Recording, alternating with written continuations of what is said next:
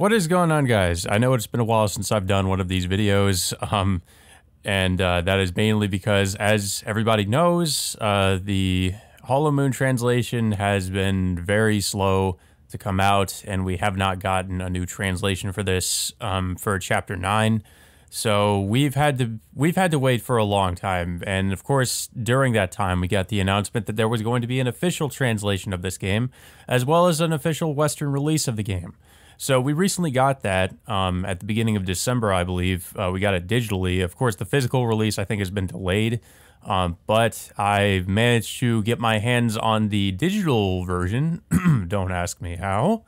But anyways, this is... I've had to get back to where I was in my original playthrough, of which on the Holy Night, and I believe we were on Chapter 9. And I finally got to Chapter 9. So... here we are, guys. We're finally back. It feels good to be back. And yeah, let's get right into it. Scarred Scar Red.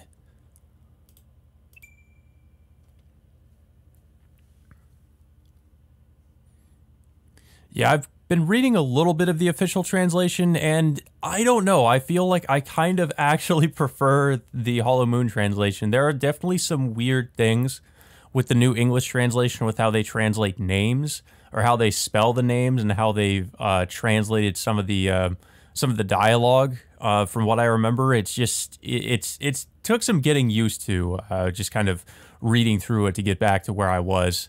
It'll probably take you guys some getting used to as well. Apparently, the translation team that worked on this was the same one that does the translations for Fate Grand Order. I don't really play much of Fate Grand Order, so I can't really tell you how, like, I don't really have much experience with them, but judging by this translation, it's okay. It's not the best. It's not the best, in my opinion.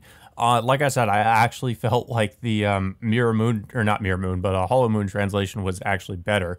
It's just a shame that it's taken them so long to put out new, translations for new chapters. But I'll take what I can get. December, the month where even monks were busy at work. It was the culmination of the year. Perhaps due to all the put-off tasks that built up through the seasons, the month always seemed to pass by in the blink of an eye. It was a day, like any other day in December. Though none of them were any the wiser to what the others were doing, Aoko, Alice, and Sojiro had spent the day attending to their own affairs.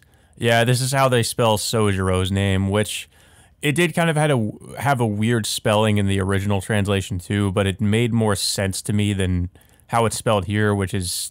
I mean, if you were to pronounce it, it'd sound like Sojiro. Maybe it is Sojiro, and I've just been pronouncing it incorrectly this whole time. I don't know. I'm just more used to Sojiro. If somebody wants to correct me in the comments as to what the proper pronunciation for his name is, I'm fine with that. Like I said, it's possible I could have been mispronouncing it this whole time. Again, I can't get over how beautiful this game looks.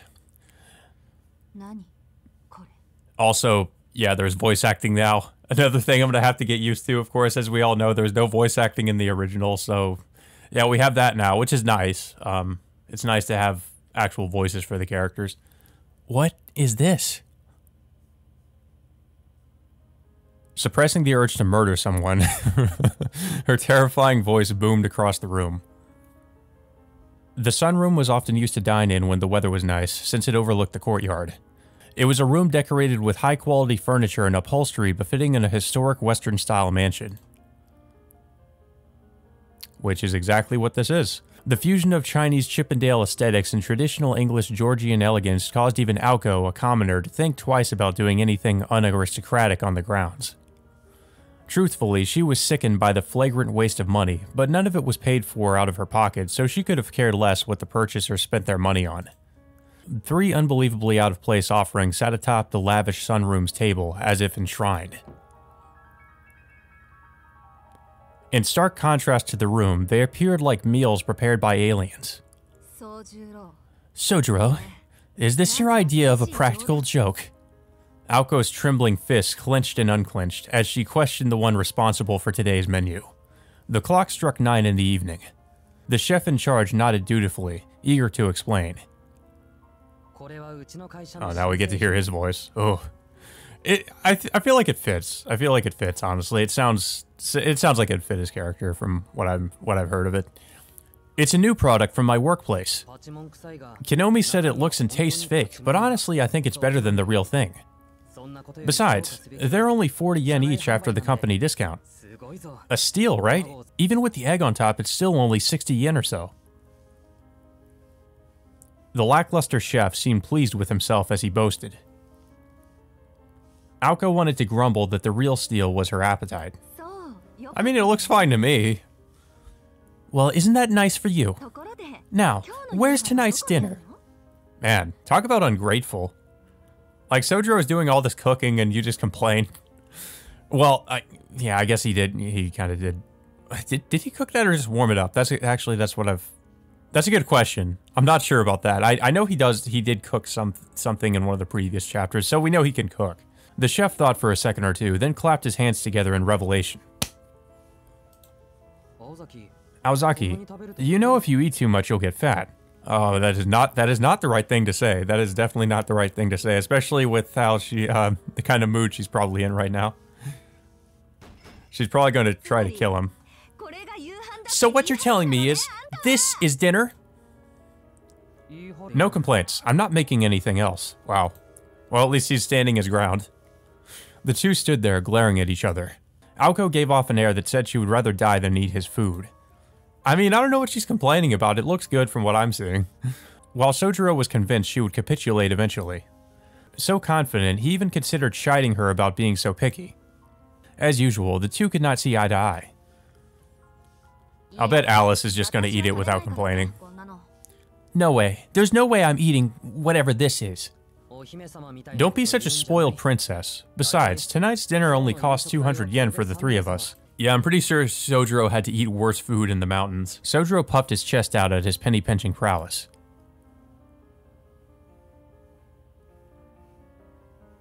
And then Alice just observes.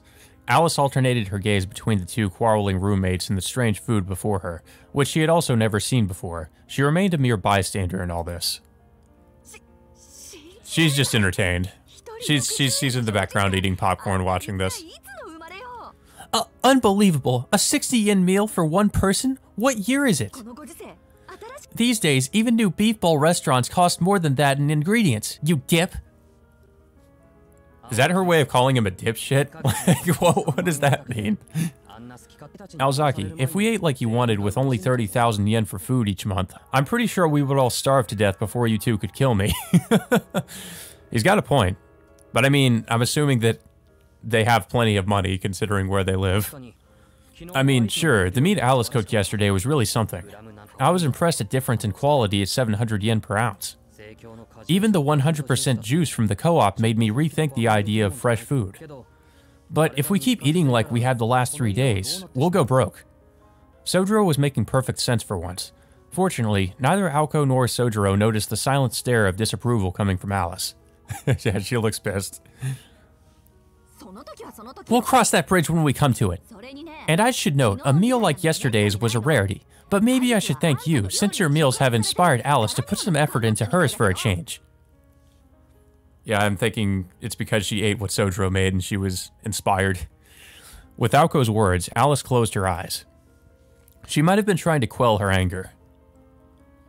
She's trying to suppress the urge to kill both of them. You astonish me, you know. How did you even get by before me? They did a lot of DoorDash. DoorDash in the 80s. I mean, I guess they, just had food delivered to them. We made it work, thank you very much. Besides, living life one step from starvation keeps you on your toes. Yeah, I kind of doubt she was on one step from starvation. Her brazen response left him speechless. Though a story for another time, Sojiro remembered a warning from a certain vice president who was complaining about a certain president incessantly bugging him to take her to lunch at the end of the month. But that was neither here nor there. That was then and this is now. Where are those cooking skills you displayed before, Sojiro? That's the only reason I trusted you with today's meal. Out of everything, that seemed to be what aided Aoko the most. The stir-fried yaki udon he had prepared previously had been very well received. It had even melted away Aoko's morning grumpiness with just one bite. However, Sojiro had not seen fit to tell them that it was one of the only dishes in his limited repertoire. Oh, so he doesn't really know how to cook much else. For a bachelor, the ability to cook is as close to a superpower as one could get. 15 years into the future, it would likely become a highly desirable trait. Regardless, that misunderstanding had led Aoko and Alice to overestimate Sojiro's culinary talents. Her ire finally made sense to Sojiro. Alright, fine, we can order in. There's nothing here to cook anyway. But only if you clear up. Aoko basked in her victory. It was then, after seeing Sojiro's face as he went to fetch the delivery menu, Aoko realized her misreading of him. What annoyed Aoko most was the fact that such little effort was put into dinner. But to Sojiro, this dinner had not been about cutting corners, but rather about a meal he had legitimately wanted to try. Aoko ruminated on how it could probably pass as food for someone raised in the mountains. Yeah, exactly. And then... Alice, what are you doing? Aoko noticed Alice standing near the table, holding one of the bowls tightly. Would you put that down already? I need to give those back to Sojiro so we can eat a proper meal. Despite Aoko's words, Alice stood her ground, firmly clutching the bowl. In fact, she seemed to be embracing it.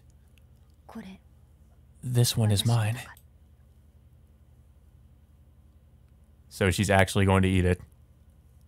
Alice's faint voice drifted across the sunroom. And just like that, the night's menu had been decided by majority rule. Aoko's shoulders sank in disappointment at her lot that evening. Come to think of it, Alice was always peculiar about things she deemed were hers. It was morning, and there were 10 days left in December. While the rest of the city was preparing for Christmas festivities, Sojiro headed to his part-time job. Though it looked like it could snow any minute, the tree-lined streets were bustling with people. These days were particularly merry. Students on winter break spent their days hanging out with friends while they counted down the days until seasonal holidays. A flashy banner for Christmas cakes. Huge advertisements adorning the building fronts. The station plaza bustling with pop-up stalls. From among the crowd in this heaving district, Sojiro stepped into a phone booth. Safe from the winter wind, the inside seemed warm by comparison. The thought that it would actually be nice to have one in the mountains crossed his mind as he inserted a coin into the phone. He dialed a number from memory, his hand moving on its own. After about 5 seconds, the phone began to ring. Another 5 seconds, another ring. And so it continued. Nobody ever picked up. 10 seconds had passed. He gazed through the window at the various signs on the surrounding buildings and marveled at the sheer number of people out and about so early. The number he dialed was that of Tobimaro Tsukiji. The Tsukiji name was well known in Misaki as a distinguished landowning family going back generations. Incidentally, their residence was located in the neighboring town of Yashirogi. The ringtone was finally replaced by the kind voice of an elderly woman. After her polite greeting, she handed over the phone to Sojiro's target. Morning, Tobimaro. Hey, morning. He was still half asleep, or so it sounded to Sojiro. I need to ask you something. Do you have a second? Speak. His response did not exactly inspire confidence in Sojiro, but he cut right to the chase. The vice president's pause was a long one. He was hard to read from this end of the receiver. This is what you wake me up for? Listen here, Sojiro. If she's mad at you, take her out somewhere. Try to butter her up. Show her a good time. If that doesn't do the trick, then cut her loose. What do you want me to say? And with a piece, Tobimaro hung up. It may have been 10 in the morning to Sojiro, but after dealing with what seemed like a 6 o'clock Tobimaro, all he could do was accept his advice. He could say all he liked about the guy's tone, but deep down he knew that his advice was sound. So we're basically trying to improve Aoko's mood. That's gonna work. She's always pissed about something. After the phone ordeal, Sojiro finished up his shopping and returned to the mansion just before noon. He was greeted by the sight of Aoko and Alice sitting in silent gloom. Though unsure of the circumstances, from the outside looking in, it seemed like the aftermath of an argument. Oh, it probably was. Knowing their relationship. It was similar to the calm after a violent blizzard accompanied by biting winds and stinging hail. Or a similar atmosphere to the inside of an industrial freezer. It would not have been surprising to look up and see icicles hanging from the ceiling. They're at it again. He felt like a zookeeper pained to see the raccoon and penguin at each other's throats. He had seen this at his job at the zoo where he was a cleaner. Sojiro found himself staring at them with the familiar forlorn look of the zookeeper. Needless to say, the silence meant that they were not fighting at this moment. Dinner served as a respite from the infighting. Sojiro was oblivious to the circumstances surrounding the quarrel, but their day-in day-out battles against the mysterious mage was clearly taking a toll. Not that Alice looks anything but grumpy. Facing a quiet and contemplative Aoko, Alice was reading an old book, now sat on her lap, as she was accustomed to. The book seemed somehow heavier than the other ones. I'm home. Looks like I made it in time for truce. He asked them as he took off his coat. If only. A truce would mean we were getting somewhere. No, you're way off, Sojiro. Without quite knowing what Aoko was getting at, Sojiro quizzically tilted his head. He told himself not to think too hard into it, but he could not entirely help it. Besides, a truce would mean an agreement has been reached. This is more of a temporary ceasefire. Seemingly too preoccupied to scold Sojiro, Aoko waved her hands as if shooing off an insect. But Sojiro being Sojiro... Okay, let me rephrase that. So, any progress then? Sojiro was not willing to give up and held his ground. That's none of your business. What did I tell you? Mage affairs are not for your ears. Her response was calm but sharp. Surliness was her weapon of choice, and today she seemed determined to swing it at will. Yes, I remember. Did you two eat yet? Sojiro chose to brush off Aoko's attitude. If Aoko's weapon was surliness, Sojiro's was blitheness. And he wielded it just enough to make Aoko flinch. What's with you today? You're more upbeat than usual. Sojiro shrugged his shoulders. I'm not sure. I just have a good feeling about today. By the way, I have a proposal for you, he said as he dug around in the pocket of his now hung-up coat. Aoko gave a puzzled stare, while Alice's ears perked up at how positive he sounded. I got paid today, which means I have money, which means we should go out and do something. Oh, we're gonna actually have fun? He spoke with a warm smile as he removed his wallet from his coat pocket. The other two did not know what to make of it.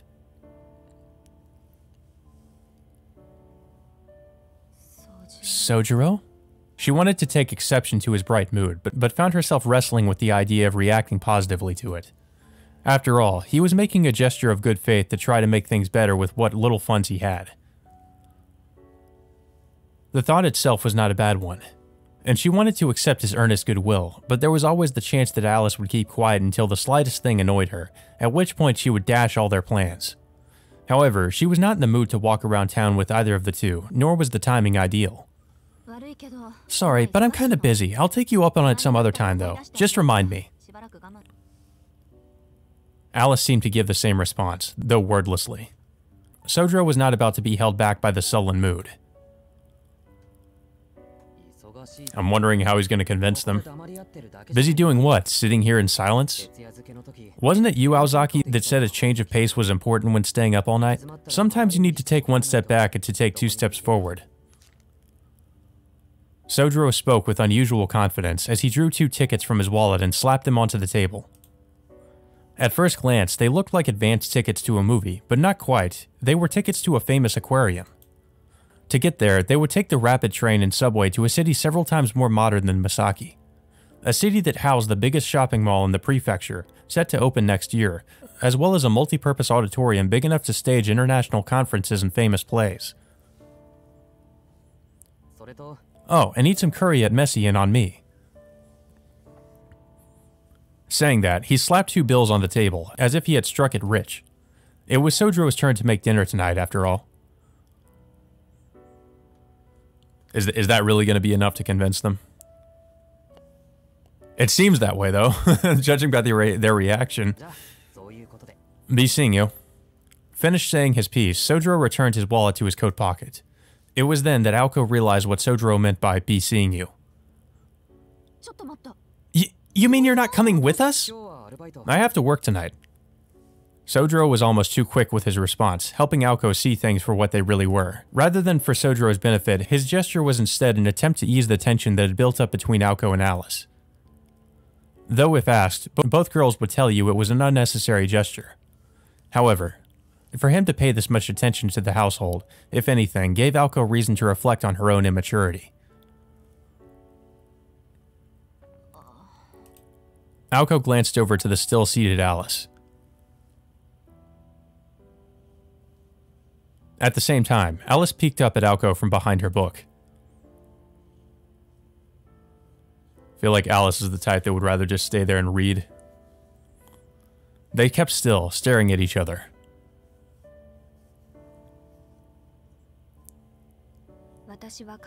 I'll go if you go. I'm almost done with my book. Okay, it would be a waste not to. Let's go see the penguins. Alice stood up from the sofa, resigned to her decision. Sojiro watched on, a satisfied smile upon his face. Hopefully that kind of eases the tension between them. 20 minutes later, as Aoko and Alice were done getting ready, Aoko called out to Sojiro in the drawing room. Alright, we're leaving now. Sojiro? Sojiro was crouched in front of the television, unaware that the two had entered the room. Don't tell me the VCR is on the fritz again. Yeah, the Sanny TV isn't working too well. Oh, hey, good timing. How do I... As he turned to face them, he froze. Don't ask them to try to fix anything. Mages don't like technology. As Carnival Phantasm has taught us.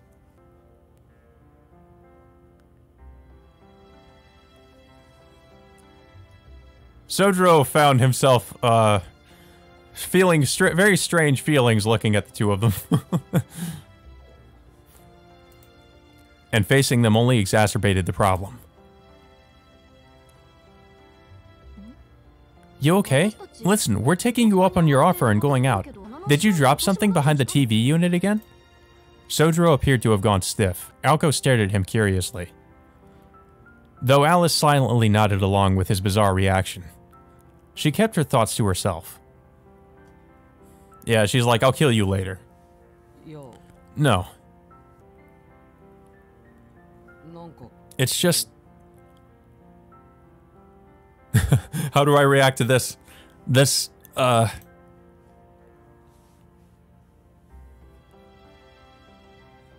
Still gawking, his voice stuck in his throat. He was blissfully unaware that the shock he was experiencing was the direct result of his emotional state. Spit it out already. God, I wish your weird reactions made sense sometimes. Does Alice have something on her face, or...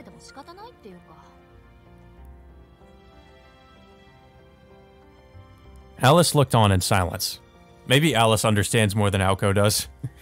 He was not confused, or in a daydream, that much he could tell, but this frozen look was by all accounts a first for Sojiro.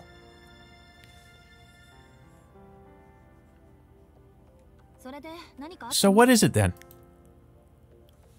I can't tell you. Oh, this thing, here. How exactly do I use it? Shaking his head to regain his composure, Sojiro pointed to the VCR. A VHS player sat on a shelf beneath the TV. What, you want to record something? Aoko walked over and crouched next to Sojiro in front of the TV. This actually does remind me of that skit from Carnival Phantasm where, like, Shiro wanted Rin to record something for him. No, I just borrowed a video from Kinomi, but it won't play. It's a dirty video. Well, for starters, the TV isn't turned on.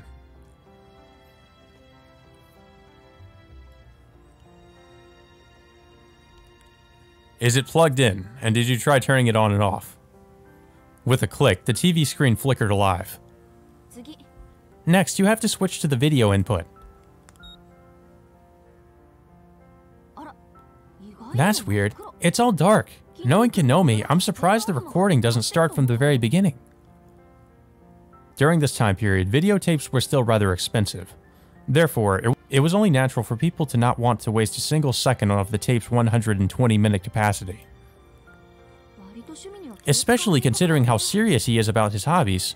Oh well, we'll have to fast forward. Aoko picked the small remote up and quickly pushed the button marked forward. The VCR beeped in protest. With several clicks and thuds, there was an empty whir from within the machine. Don't look at me. I didn't break it, I think. The vast majority of people who say this are actually very prone to destroying electrical equipment, but that is a separate matter. There's no tape in here. As soon as the words left her lips, it all made sense. Tape. Sojiro imagined adhesive tape, clearly confused. Sojiro, did Konomi give you something? You mean the thing on the table? Oh my god. Though she should have been used to it by now, she caught herself wondering if Sojiro was being stupid deliberately. No, just incredibly ignorant. Sojiro, what exactly did Konomi say? Do you remember? Yeah, he said, I'll totally lend you this tape. When you get home, just watch the TV. Great, so he left out the most important part. Honestly, this is so sad it's almost scary. Just when I thought you could be normal, how you could make it through a day is a mystery to me. Yeah, I don't really know how he does it either. Exasperated, Aoko fetched the tape in question. It was labeled Wild Animal Kingdom, African Adventure. Something tells me that's not what that is.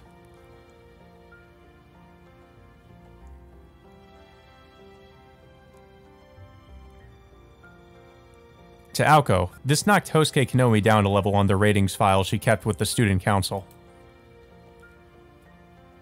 She has like a hierarchy of people in her head. Okay, you put the tape in the VCR and push play. The tab isn't broken, so just be careful not to hit the record button. What's a tab? Right here, see the indent on the side of the tape here? The tab is this little plastic cover. If you snap this tab off, you can't record on this tape anymore. How can I explain this? Think of it like a notebook for class. If something is important, you can spray fixative over the page so it can't be erased. It's like a physical barrier protecting against common human error. She inserted the tape into the VCR and handed the remote to Sojiro. Sojiro's gonna find some way to mess this up. Just this small interaction used up a fair bit of Aoko's patience. See, there are times like this where I kind of sympathize with Aoko. I'm like, yeah, I'd be annoyed too. Completely ignorant of Aoko's feelings, Sojiro gleefully pressed the play button. Oh god, what kind of horrors are we about to see? Whew, I was afraid we weren't going to make it this far for a second there. It was a bit much, even for someone as out of place as you are. What were you doing up there in the mountains? Don't tell me you were some karate master training against bears or something. Whether or not she knew this was rude, Sojiro glanced at her with disdain. Was that an attempt to insult me? You mean just now, or all the other times? Damn. Aoko answered unapologetically. On the TV, a crocodile's yawning mouth appeared. Don't be ridiculous. Why would anyone train against bears? Oh, that's what he's insulted about? Sojiro turned toward the TV in a huff. And I guess it actually is a tape about animals, not something else. Perhaps because of his rare outburst, as he turned face to face with the gaping maw of the crocodile on the TV, he fell backwards in surprise. He's surprised to see the crocodile. Aoko unpursed her lips upon seeing this, delighted. It was relieving to see the boy disarmed. Hey Aozaki, these machines have gotten kinda dusty. Don't you clean them? Why bother? I hardly ever use them, and Alice doesn't watch TV. I bought some exercise videos to train with, but got bored with them. Who would have thought you actually need to do the exercises instead of just watching the damn thing? Well, that's kind of the point. Was she just watching them for entertainment? Aoko shrugged at her past superficiality. And Sojiro was led to believe yet another falsehood about modern life, that VCRs were to go out of fashion. Well then, we're off. Try not to burn the place to the ground. And in case you were wondering, I know you were lying about going to work tonight. Oh, she's on to you. Aoko said, smiling as she walked out of the drawing room.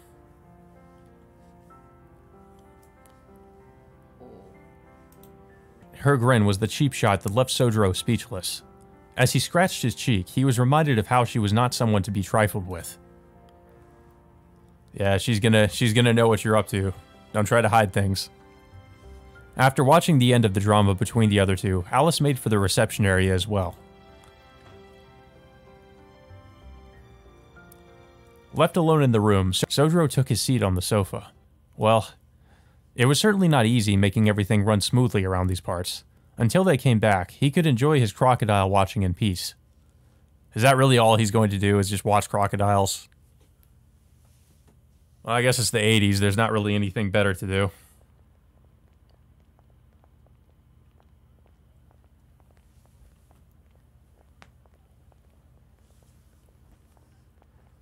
They took the subway from Masaki for 6 stations.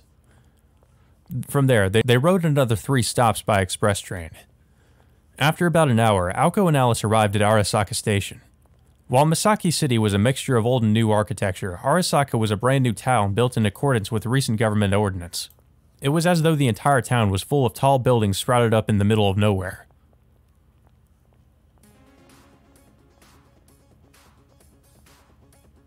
Oh, this is an upbeat soundtrack. It was near the end of December, in the middle of winter break. Even the bustling plaza in Masaki was quiet compared to Arasaka in the evening.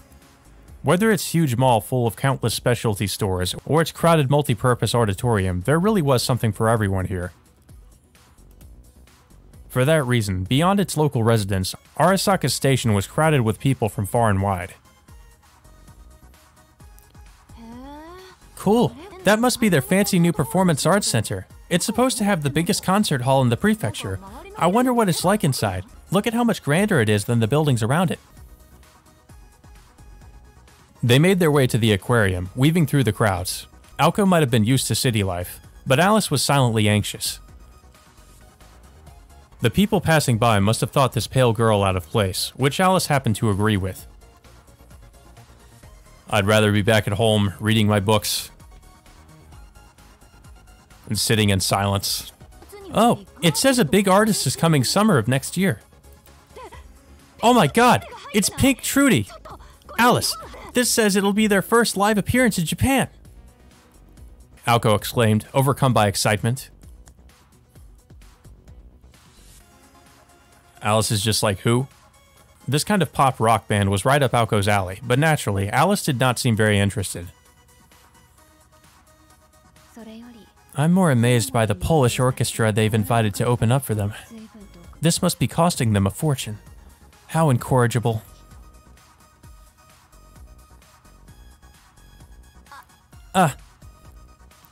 Aoko cursed under her breath before hurrying them along.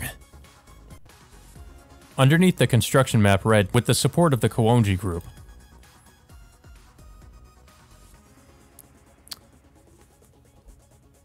Of course, Alice is part of a big important family, which is why she has so much money.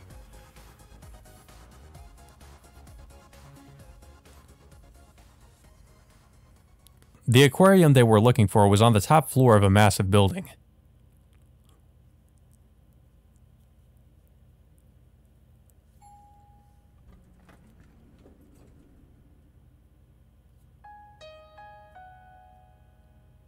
Maybe it was because it was no longer a new attraction, or perhaps it was because the first floor cinema drew the crowds.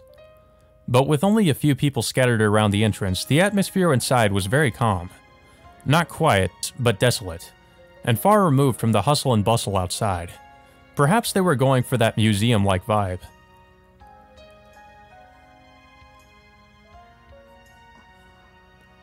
I'm guessing this is the kind of atmosphere Alice prefers. Alice quietly caught her breath, staring in awe, like a child seeing the circus for the first time. Her eyes were wide in anticipation and wonder. It's to the lady's liking, I see. Good, good. I guess Sojiro's idea wasn't totally off the mark then, huh? Aoko found herself smiling as well. Yeah, this definitely seems like something more up Alice's alley than Aoko's. She'd probably be happier if Sojiro got her a ticket to that concert she was talking about. There was a certain joy in seeing Alice's wonderment.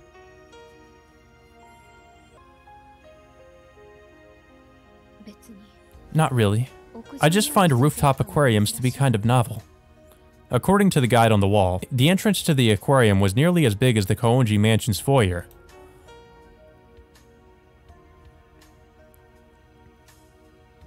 The outdoor penguin show was apparently suspended due to the star penguin Flippy undergoing treatment for an injury. An unfortunate state of affairs, but one that did not stop Alice from continuing to read over the guide. Apparently she was quite familiar with penguin shows. Then, I'm wondering if we're going to see Alice wearing that penguin suit sometime soon, if they're talking about the penguins. Huh? She said like someone who could not believe what they saw. Alice quietly whimpered, as if holding back a scream. Hmm? Something the matter?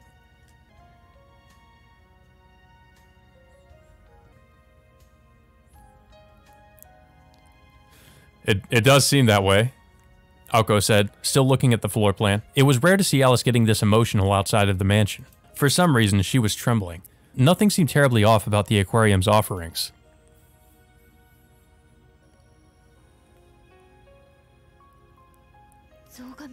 There's no giant tortoises. That's what she's concerned about? I thought she was more concerned about the penguins. No what? It's all wrong, Aoko. Why is there no giant tortoise exhibit?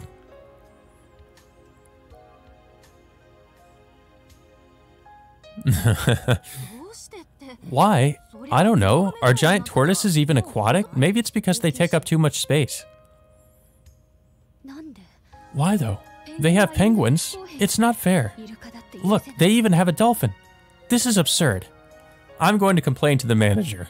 It was a bitter pill for Alice to swallow. The idea that they did not have a giant tortoise, despite having a dolphin, had Alice's eyes hot with indignation.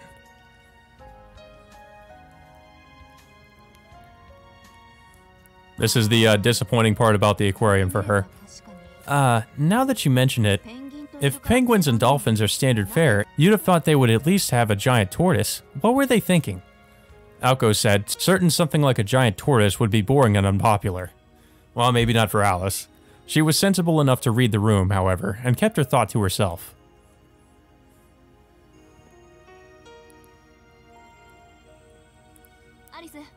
Let's go, Alice. We have tickets so we can skip the line.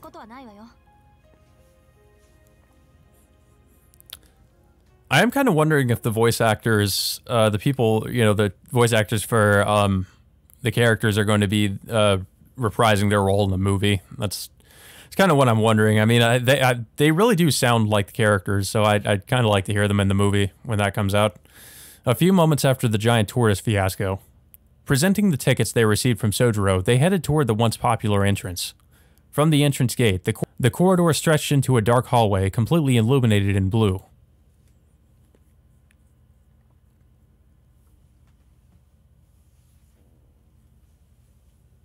Figures and faces became mere silhouettes in the darkness. Not a darkness born from magecraft, but a man-made area of twilight.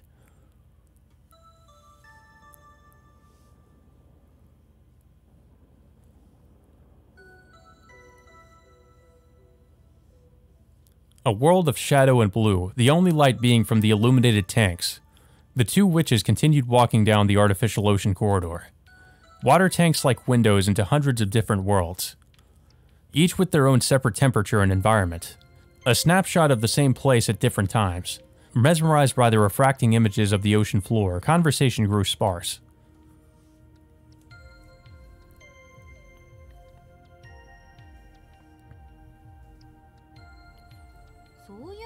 That reminds me, Alice. You have this huge mansion without a pool. What's up with that? Figures. You come to an aquarium and that's what you think about? Wanting superfluous things is a bad habit of yours, Aoko. A pool isn't superfluous. Besides, aren't pools more common in England than Japan? Or could it be that you can't swim? I've spent enough time in a swimsuit. I often swam in the lake as a child. And I never once lost a race to our big Saint Bernard. A Saint Bernard? Wait, don't tell me. You had trouble with your breathing, didn't you? Spare me the swimming lesson. Crawl. Butterfly. The people who invented those were probably half fish anyway. Clack, clack, clack. Their pace was more delicate and solemn than a stroll along the beach. Their conversation continued, but was only particular for being in particular. In here, the only thing to do was look at blue screens. I'm proud of you, though. Leaving him alone in the house, you're not worried he'll go snooping into the West Wing, are you? He can't possibly be that foolish. Well, I wouldn't underestimate him. Besides, it'd save us the trouble if he did. Yeah, then we could just kill him and get it over with. It's not that. I just don't think he's the type to break his word. That he was not. Aoko nodded, her long hair waving back and forth. A certain gleam of surprise in her eyes. Onward they meandered to the next aquatic world. Clack, clack, clack.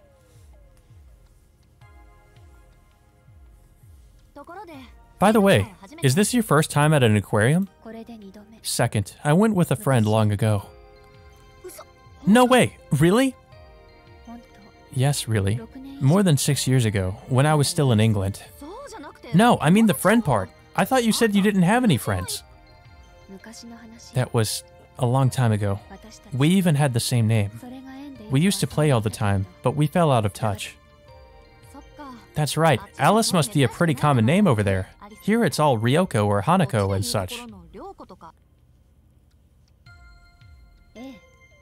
Indeed. Or names referencing colors like Aoko, Akako, Korako, or Shirako. They all end with ko, don't they? To each their own, a society of names. The swirling of waters was dizzying. Much like the hectic world of humans. Their hands swung back and forth as they walked toward the next world. Incidentally, Aoko, what exactly is your plan for him? Well, once our current issue is resolved and things calm down, I'll find the rune for erasing his memory, and he'll forget we ever existed. He won't be a bother for much longer. A bother to whom? Me? Huh? Oh, you know, me and you.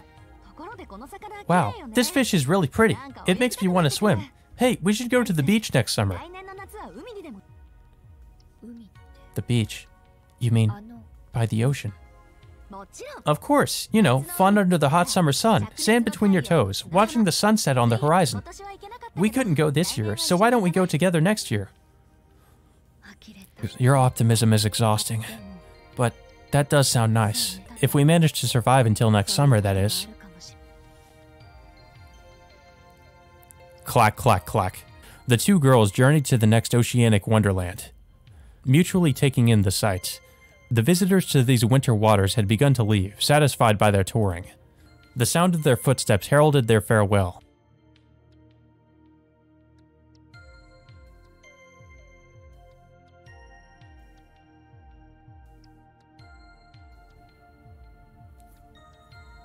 An hour into the wayfaring sea voyage. Losing themselves in the maze-like corridors of seemingly endless exhibits, they somehow found themselves on the next floor. Aoko had heard that the aquarium was situated on the top floor, and was shocked to find that there was yet another above it. It was likely by design that the actual top floor could only be accessed from within the aquarium. Moments of intrigue such as this are what attractions are made of. Alice? Turning this way and that, she found Alice had disappeared. She had just been there, however, and Aoko took to looking for her. She soon found her nearby. Her white overcoat shone brightly in front of the dimly lit exhibit.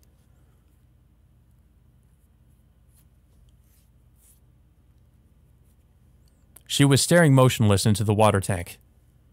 She almost looked to be staring through it, distracted by something. What's wrong, Alice? Are you feeling okay? She spoke, hoping to snap her out of it. Alice's typically cold aura seemed to have all but left her. Is it a rare fish? This looks like the tank they use for all the fish that don't fit anywhere else. Alice gave a non-committal response. Just ahead of her gaze was a single shadow.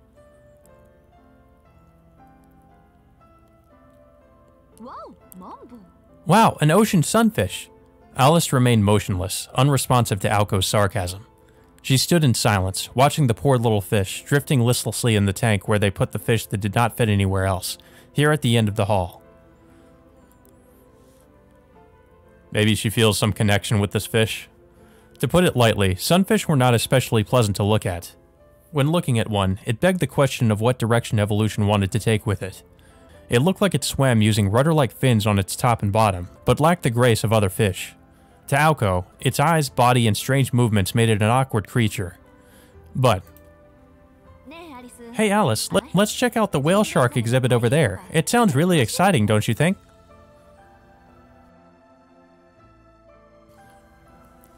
Alice, unmoved, fixated on the sunfish. It clumsily drifted around its tank, occasionally bumping into the glass as it turned. Aoko, this little one can't swim well.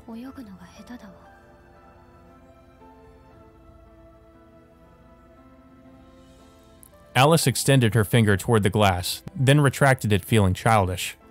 Well, whatever. I suppose sunfish have their own charm. It did not seem like Alice was going to budge. Resigning herself, Aoko stayed with Alice while she stared at the cushion-shaped fish. Huh? They have eyes like pufferfish. It also says here that the females can produce more eggs than any other known vertebrae, up to 300 million at a time.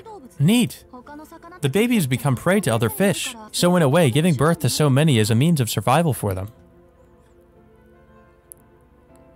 Though Aoko seemed taken in by the biological details of the fish, Alice couldn't have cared less. She was lost in the ebb and flow of emotions between wonder and woe with every clumsy bump of the fish into the glass. When out of nowhere, she softly spoke. About before. Before? When? Or maybe she thinks the fish is like Sojiro in a way. About him. About leaving the house in his care. It seemed like Alice had returned to her normal self. That cold aura. Wherever, inside the mansion or out, that stubborn chill that pushed people away was back. I haven't changed my mind. He is still a complete unknown. How can I trust someone I know nothing about?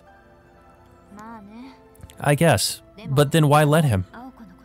Because I know you, Aoko. You always make the right decisions, so I'm trusting your judgment on the matter. It was true. She did not know Sojiro, nor had any intention to. But because of her trust in Aoko, she could trust in Aoko's decision to allow him to stay. It seemed Alice was challenging her own feelings. She said she could not trust someone she did not know. Or in other words, she wished to trust a person, and in order to do so, she needed to know more about them. Well, I don't really know how to respond to that, Alice. Also, I had no idea you trusted me that much. I do trust you. I may not be fond of you, but I trust you. Because we're partners in crime, aren't we?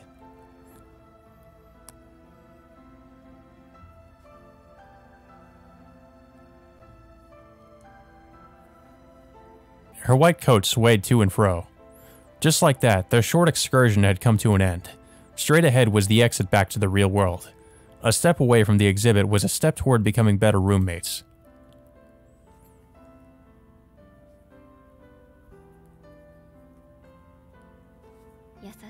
Such a kind face, but so clearly scarred. Oh, hence the chapter title. One last small whisper. And with that, she bid farewell to the lonely figure in the tank.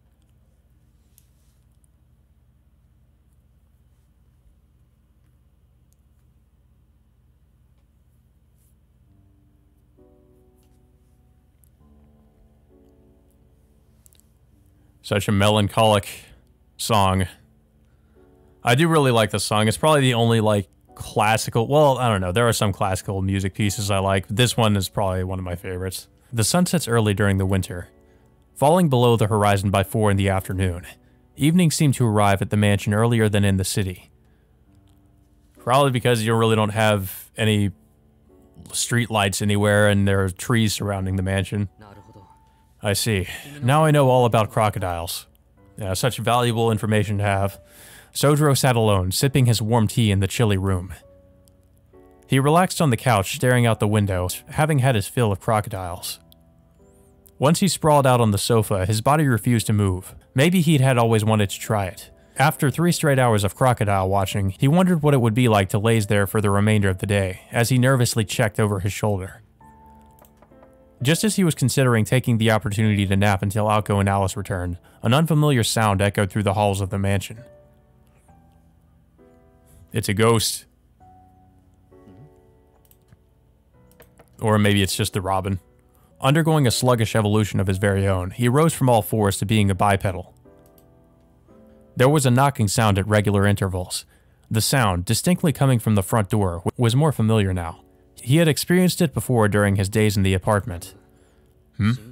A newspaper salesman? As he made for the foyer, Sojiro noted how impressed he was that they had hiked all the way up the hill. The sound resounded eerily.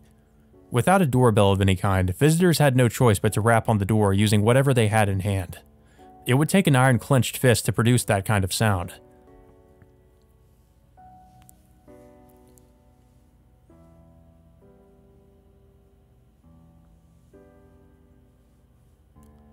Who goes there? From his position in the hall, the front door looked like an ornately built fortification. The strong double doors looked as though they could withstand any onslaught of blows. They rattled in protest to the repeated knocking. Try as this person might, it seemed no amount of enemy attack could breach the castle gate. But Sojiro, having experienced selling newspapers himself, announced himself. Hi. Just a second.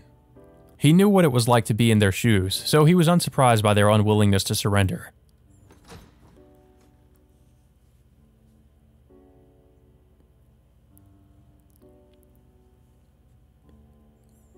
Maybe it's Toko.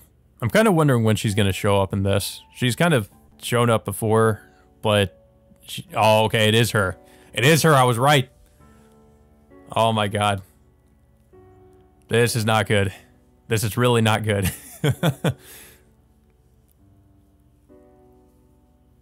She's like, I'm here to kill Aoko. I hope you don't mind. She's just standing there, menacingly. Sojiro has seen her before and he ran away, so I'm wondering how he's gonna react now. It's like, yeah, I'm at your front door. What now, bitch? What you gonna do now? There stood the second surprise today. Sojiro stood speechless and motionless. The young woman hardly looked the part of a newspaper salesman. Standing in the courtyard against the backdrop of the dusk horizon, she looked more suited to being a resident of this Western-style mansion, at least more so than Sojiro. I'm kind of surprised he's not really recognizing her, because he did see her that one time and he ran off.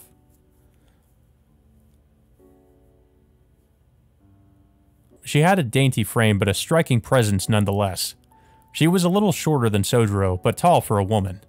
Her light green clothing was delicate yet flashy, and clearly something out of foreign fashion. Bold, but prim and proper, though slightly loud, her appearance spoke of strength and confidence. The kind of woman not to be trifled with that Sojiro knew all too well.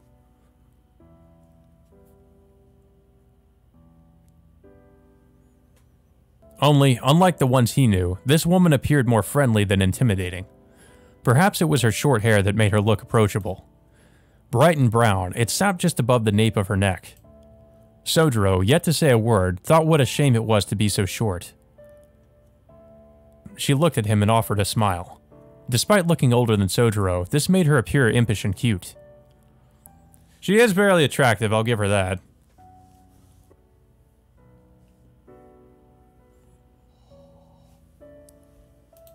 Sojiro knew himself to be made of stronger stuff than to fall for cute smiles, and found it more than a little suspicious. At any rate, it was rude to stare for so long.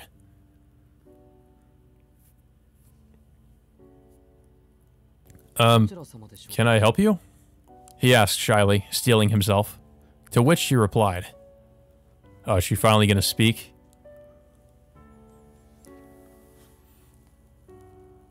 Yes, I'm looking for my sister so I can murder her. Good evening. Is Aoko home?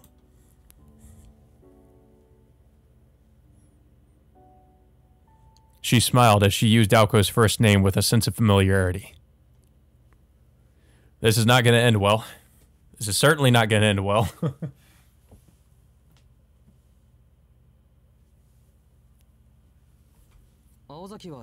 Aozaki isn't home right now.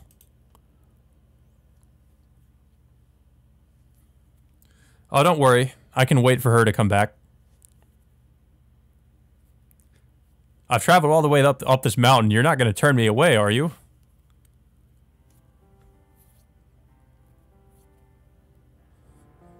She smiled again, this time deviously upon learning of Aoko's absence.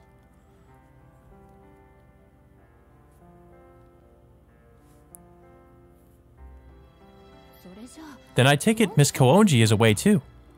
Sojiro looked perplexed. This was the first time he had heard Alice referred to by her last name only, and again, spoken with customary respect.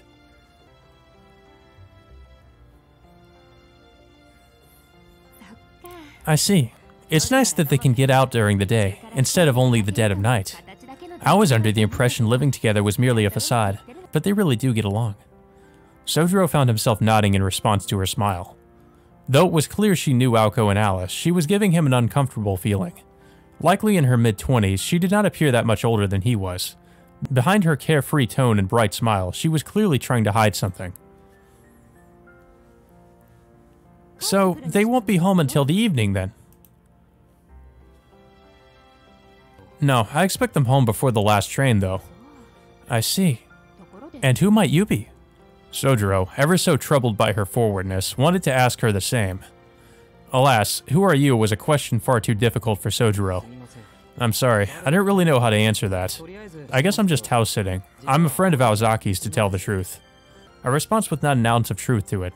The young woman's face lit up at what she believed was the boy's attempt to tease her. I mean, there is some truth to that. In a way, he is kind of house-sitting.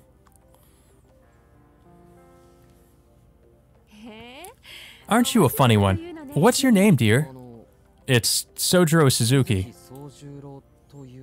And yeah, they're spelled Suzuki differently. I know it was spelled differently in the Hollow Moon translation. Okay, no, yeah, it was spelled with an H. It was Shizuki, but I guess maybe the H is silent? So maybe it's Suzuki and not Shizuki?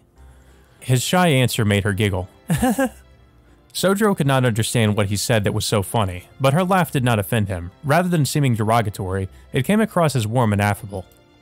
Then, after finishing giggling, she looked him straight in the eye and gave him a soft look.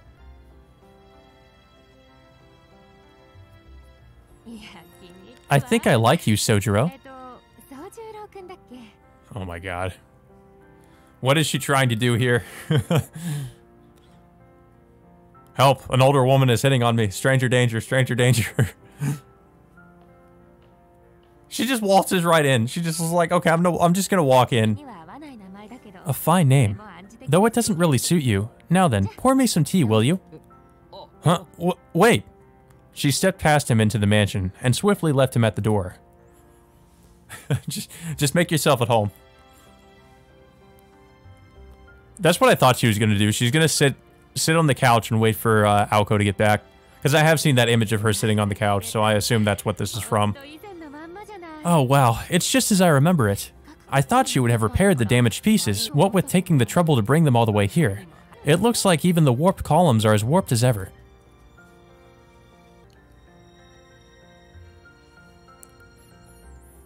She said, cheerfully inspecting the foyer. Sojiro still stood at the entrance. The clicking of her heels on the wooden floor jumped around as she moved towards the drawing room.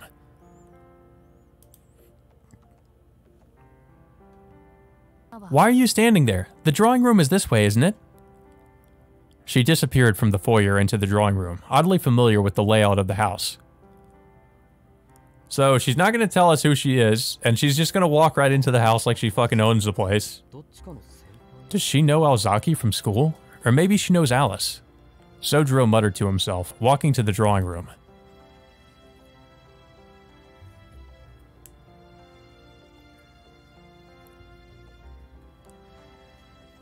But I guess Sojiro is not really in any position to turn her away, considering, you know, it's not his house.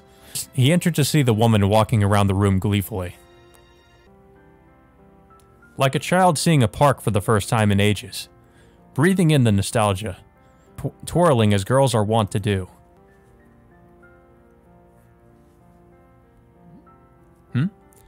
Wait a minute.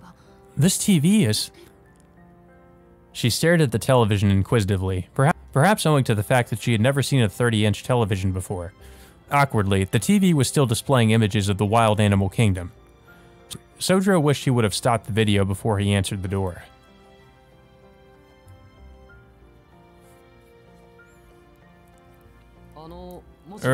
May I?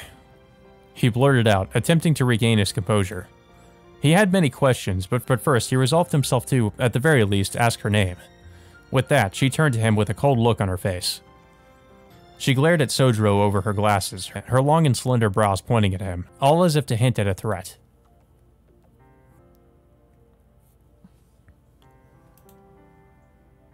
A gaze that made him feel like he had chosen his words very poorly. Sojiro apologetically clammed up. The young woman moved in.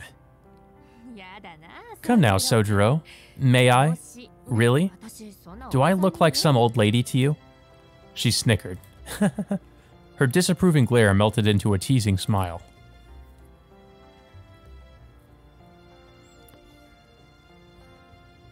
Of course not. It would be more accurate to say she had the air of an older sister. Or at least that is how Sojiro attempted to reply using only gestures, to which she grinned smugly.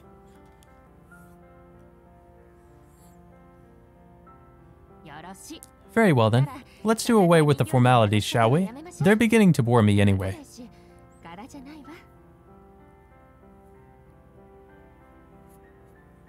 Oh, there it is. She's just gonna sit on the sofa.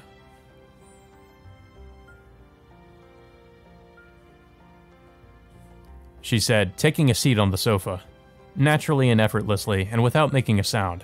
Her posture and movements exuded sophistication, and she required no words to instruct him to hurry along and make the tea. Without pressing her further, Sojiro headed to the kitchen. He figured she would not talk until she had some tea. He chose the falchion he was forced to replace once before, after using it without permission. Since she was here to see Aoko, he'd have to serve her tea in Aoko's Severus teacup. Into the cup as blue as the ocean depths, he carefully poured the tea before returning to the drawing room. Gently, he placed the teacup on the table and looked at the woman.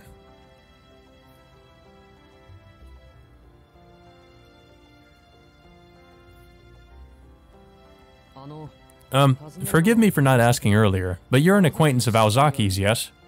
Despite being told otherwise, Sojiro could not help but stand on ceremony. He would actively have to try not to. Displeased or disappointed, she glared at him once again. It's better you don't use Aozaki. It's beginning to grate on me. Just call her Aoko. But ma'am, I can't call her by her first name. It's too improper. She said, not at all upset, as she slowly raised the teacup to her lips to take a sip. It was the kind of moment Aoko and Alice might react to by berating the boy, but the woman chose to brush off with a smile. Though he did not realize it in that moment, he would soon enough understand that some people did appreciate his efforts, regardless of whether they were misguided.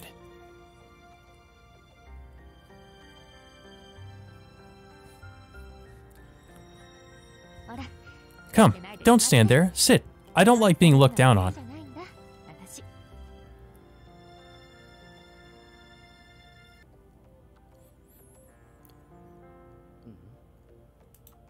Sojiro tilted his head, noticing a slight familiarity to the manner of her speaking, almost as if he had been talking to someone he had seen before.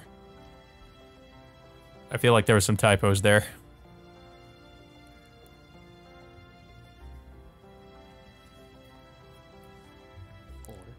Wait a minute. Looking at her sitting on the sofa, forgotten memories began to rise to the surface. Oh no. Not those memories. I have seen her before. Noticing his reaction, she became visibly delighted.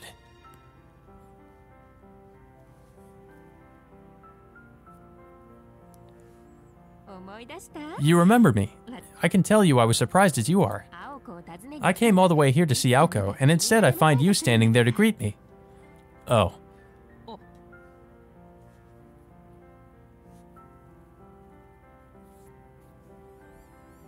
Now that she was laughing, Sojiro remembered everything. He had only seen her for an instant, but there was no mistake it was her. It had to be her, the woman smoking the long cigarette winning at the pachinko parlor.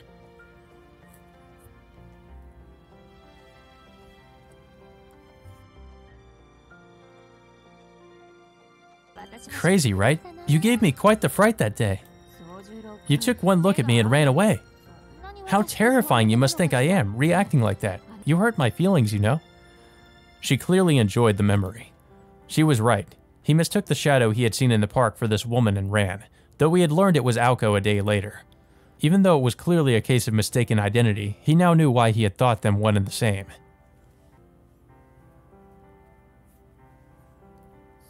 So that's why. They have the same air. Finally, he had realized the true identity of the woman before him. He chided himself for not realizing it sooner. You must be... Just as he was about to say it, she held up her hand to interrupt him. She pointed at him like she was aiming a gun. Well, that's not threatening at all.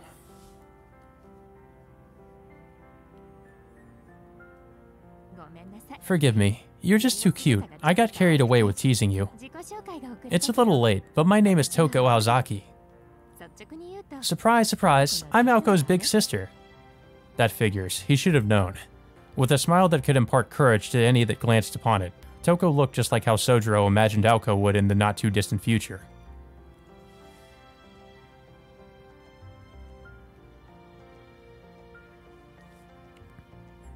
It all made sense. While Aoko was earnest and diligent, Toko was shrewd and playful. I heard my sister was in trouble, so I came all the way over here to set her straight. Yeah, set her straight, huh? Aoko's sister chuckled coyly while sipping her tea. Lured by her charm, Sojiro sat on the sofa as well. He felt like he could relax a little now that the initial shock of receiving an unexpected guest had subsided.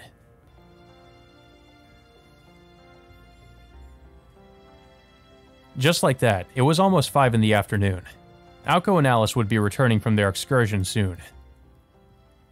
Oh boy, don't they have a surprise awaiting them.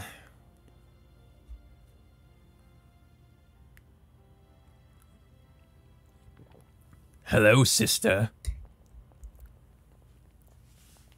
I have returned. This was Misaki City's only subway line. Only half a year had passed since its opening, and at the end of the fairly new platform, there the two girls stood. The time was 6:30 in the evening. They had been idling for around 20 minutes since returning from Arasaka and had yet to return to street level. Aoko.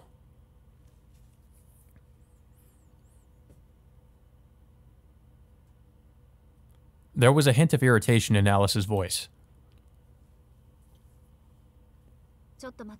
I'm not done yet.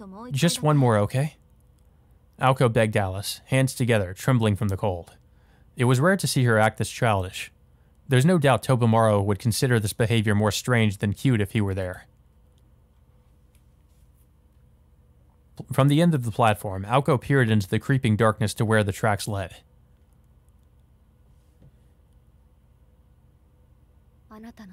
You have the strangest taste. Alice muttered, sitting on the bench with forbearance. Any other day she would have been fine heading back by herself, but today she was in a good mood and decided to humor Aoko. If possible, she would have liked to return still in good spirits, as such spells of positivity, for her at least, tended to dissipate sooner rather than later. Eyes calmly closed, her placid demeanor conveyed her feelings well enough. Thus, the two of them waited on the platform alone for the subway train they had no intention of riding. The recently opened subway. High prices and low familiarity made for relatively few passengers coming from Misaki City.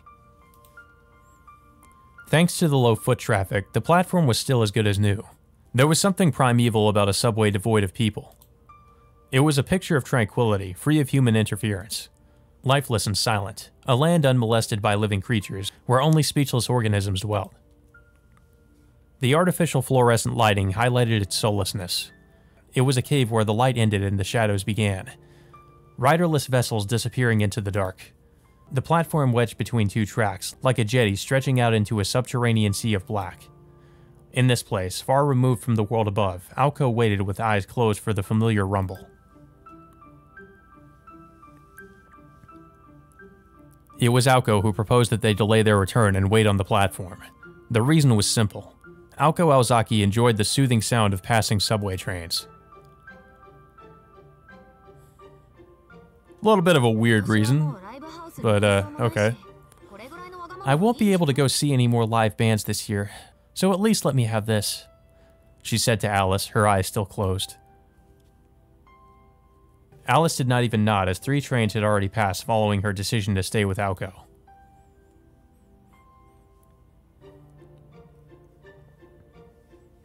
Silence again. Aoko waited for the next train with anticipation. Alice sat and stared at the wall of the subway patiently. According to the display board, the next train was due to arrive in 5 minutes. From the dark tunnel came wind and rumbling. A purposefully placed bounded field now surrounded the platform. There was no sign of any station personnel, and the entrances and exits were few and narrow. With the lack of bystanders, the field was hardly necessary. Suddenly, 6 figures appeared in front of the stairs leading to the surface. All sharing the same face. Motionless and with smiles like the crescent moon, they stared at Aoko and Alice. Uh-oh. More of the dolls? Never a dull moment. Alice let out a quiet sigh.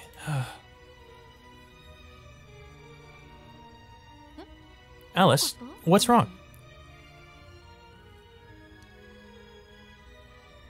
Nothing at all. Did you notice you and I were the only ones to get off at this station? She says nothing, but it's clearly something. Sure. I mean, this subway is usually pretty dead anyway. Aoko cut herself off by tutting in annoyance. What tipped you off? The impending gloom I felt a moment ago. This wouldn't have happened if we weren't together. Not that I'm blaming you.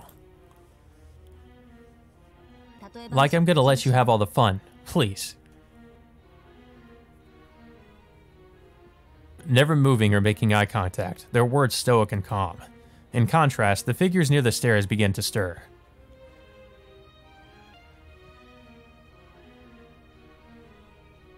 They advanced in unison on all fours, as though regressed to a quadrupedal state. Like human-sized ants, one after another, they swarmed forth. The din of clattering came not just from the platform entrances, but from the subway tunnel as well.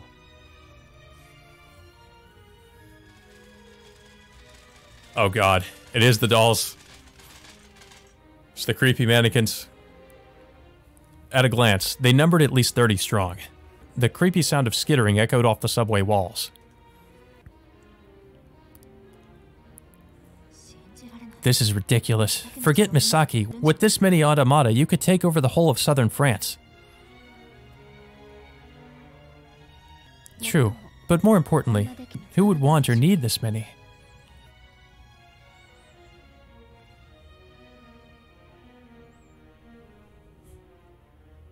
Aoko might have some ideas. Whatever. Junk is junk, right? One of the horde leapt forward in response to Aoko's insult.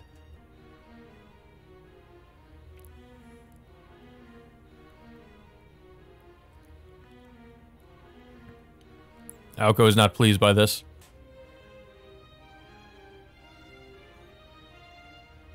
It was a sudden charge, like a hurtling dump truck. Alice remained still. As though expecting the attack, Aoko swung her right arm in an arc.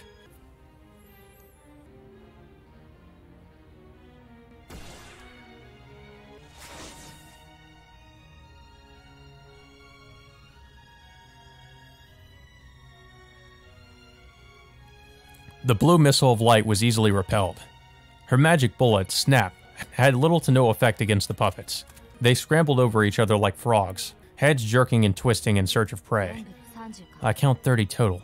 Sorry, Alice, but I'm gonna need you to hang back. I can't have you thinking last time was my best.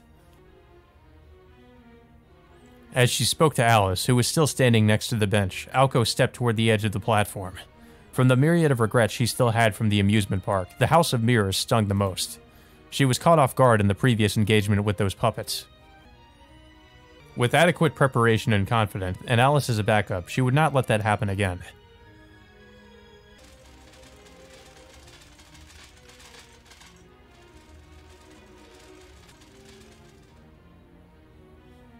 Igniting her magic crest, she would have revenge and be vindicated from... Get behind me, Aoko. You'll be toast if you stand there. It took Alice raising one finger to the sky for Aoko to stop.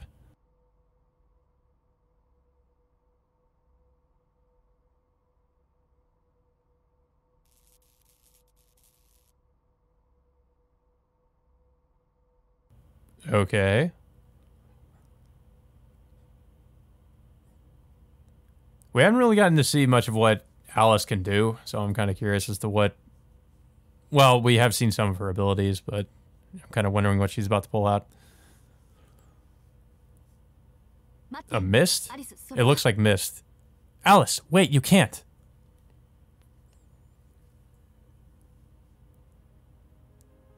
In the depths of the ocean black, the bells of night chimed out.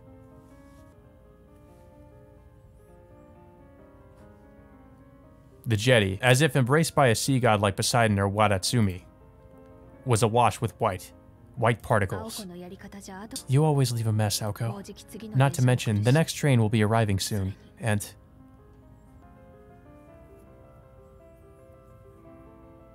From beyond the white veil, her form blurred and stretched upward on tiptoes. Like a melancholy ballerina, the figures surrounding the prima ballerina bristled in response to the strange aura. Though puppets were inhuman mystical vessels, they had far more reason to fear Alice than they did the human Aoko. They began to flee. Whoever their master was, they sensed enough danger to order a retreat. Alice is too OP. We can't fight her. We need to go. However, it was too late. The lead dancer in this ballet had them captivated, unable to move. It's as if their Achilles tendons had been severed. And...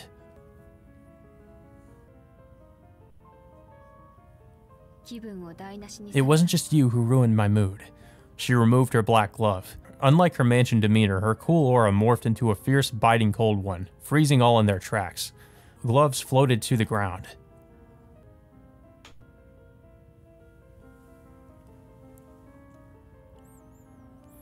The white haze grew ever thicker. The massive shadows cried out for mercy.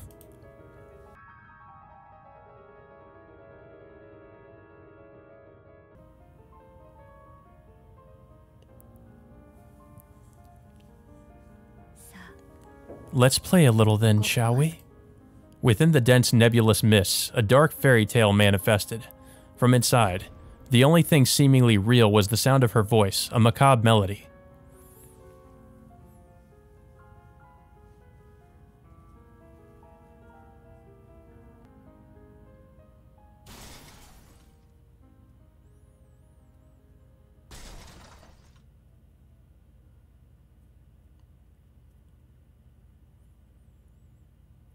Okay, so what exactly just happened? They were crushed by mist? Oof. Okay, well that doesn't look good. They can bleed? Feasting, grinding, crunching. Oh god. At last, the final puppet fell.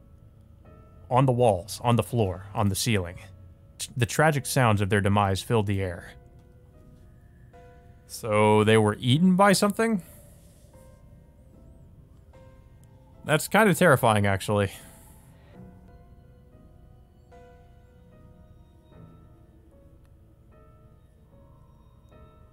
Their twisted shrieks plastering the subway surfaces like indelible blood-like stains.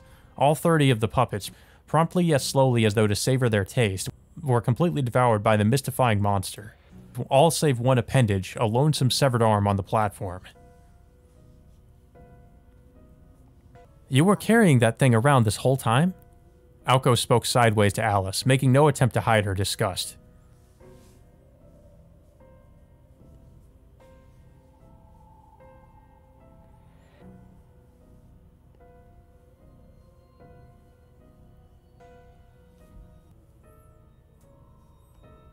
A beast of the fog.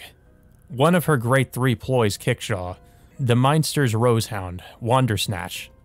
It was a name carrying immense violence and devastation. Aoko's words stung, since Alice was the one harboring its true form. The Great Three Ploys wielded terrifyingly powerful curses. It was one thing to carry it around for self-defense, but keeping it a secret from her companion did not amuse Aoko in the slightest. It was like going out to eat with a grenade in your pocket. Just tell me next time, okay? That's what she's concerned about. Other ploys are fine, but that guy, leave him at home, will you? Yeah, he's just too nasty. He's too scary. I don't like that guy. He eats people. He's just a very unpleasant person. And Alice had nothing to say to that, except to stand there in silence. I apologize. It's just, I haven't let him feed lately, so... I mean, this is a pretty good excuse, you know? Have him feast on some of living mannequins, I guess.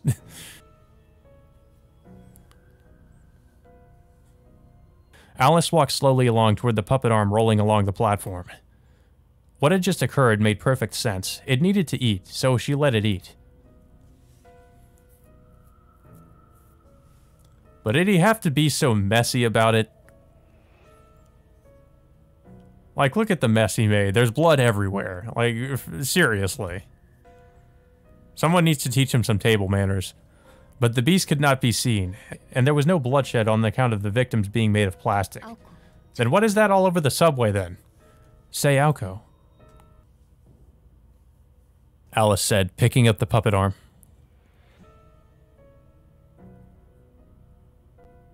Look at this. Until now, we were thinking our opponent was a puppet master, but I think we were wrong. Those puppets were too new. These had to have been made after the 17th century, which doesn't make sense. What did you just say?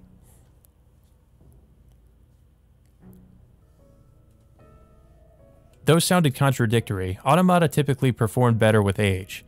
After the 17th century, as the magical concept of using puppets and mannequins declined, automata suitable for combat became harder to produce. In recent years of automata manufacturing, even low-rank familiars to be used in training could be produced inexpensively and with relatively decent quality. Therefore, it was common for modern puppet masters to collect parts made before the 17th century and use them in their creations.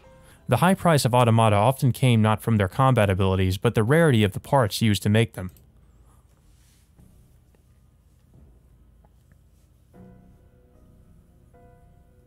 However, the enemy mage controlling these puppets used them as fodder, as if they grew on trees. The only conclusion that could be made, therefore, was that their current opponent was a spoiled, rotten upstart mage with no territory of their own to control. Or so Alice and Aoko imagined anyway. And another thing.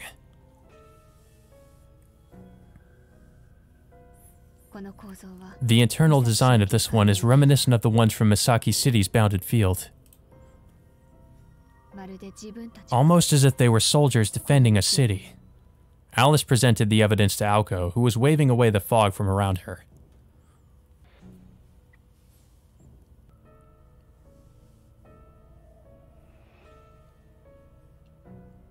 She felt profound surprise, and then rapid realization.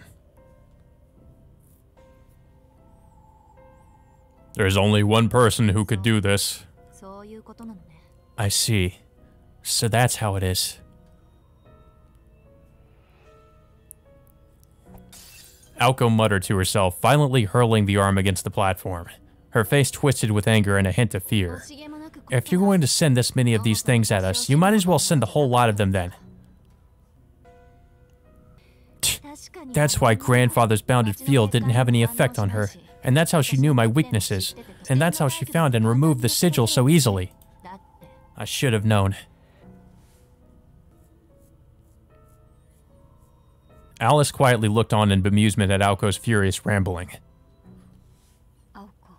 Aoko, so you're saying the one who made these is none other than... That's right. When it came to making things, she always had me beat.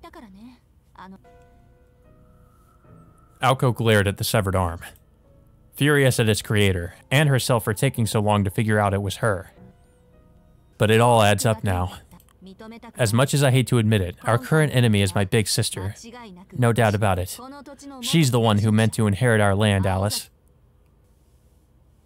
And if only she had known, she's there right now, waiting for her.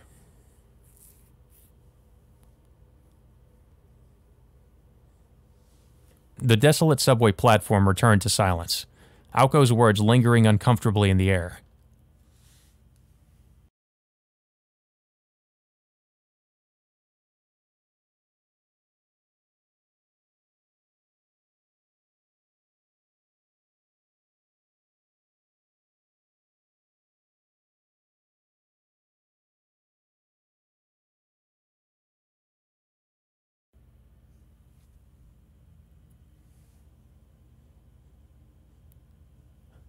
Okay, what? The world's most terrifying animals, and...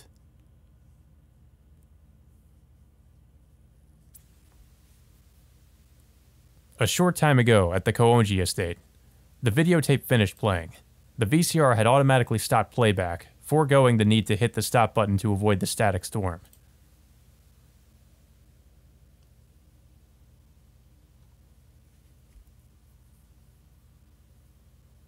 What remained on screen was the reflection of Sojiro and Toko Aozaki sitting opposite each other in conversation. A direct attack without warning because her secret was exposed. Aoko never did play well with others. It was hard to tell if she was being patronizing or indifferent. Maybe both. Toko Aozaki took a sip from her cup as she listened to Sojiro's story. She would have savored the anecdote about the amusement park kerfuffle if it were not for the poor excuse for a cup of tea in her hands. Thank you for that. I feel so informed. I haven't seen Aoko in ages, so I can only imagine the kind of woman she's grown into. And, as her sister, the least I can do is apologize.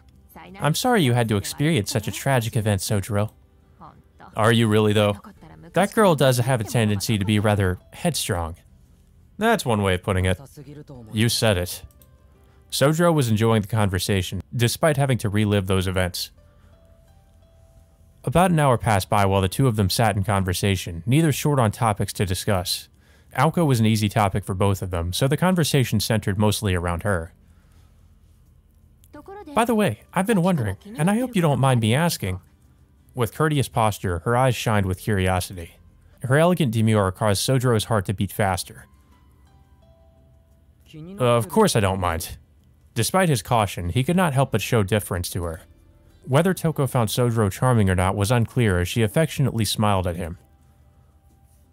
Well, you see, you surprised me the last time when you ran away, but today, I'm surprised by something new. Is that some kind of in vogue fashion accessory? Oh no. I know what she's talking about. Come again? Toko tilted her head, her eyes fixated on the collar that Aoko had given him snugly wrapped around his neck. Is that a new style choker? You know, I could swear it was a... The bespectacled woman did her best to hold her tongue. On a completely unrelated note, in another decade, similar accessories would become a standard part of any visual kei artist's wardrobe. Oh, not at all. It's obviously a collar, for dogs. I knew it. It's rather cute, and may I add, very much suits you. Did you put it on? I don't know if that's a compliment or an insult. Toko stared intently, examining the strap. While he had never been very conscious of the collar till now, for some reason, Sojiro found himself blushing. Yes, I put it on, by myself.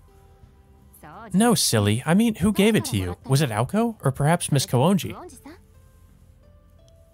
Aoko gave it to me. Toko simply nodded in satisfaction at Sojiro's candid response. That makes you Aoko's property, she coldly muttered. With this, the cordial atmosphere began to turn.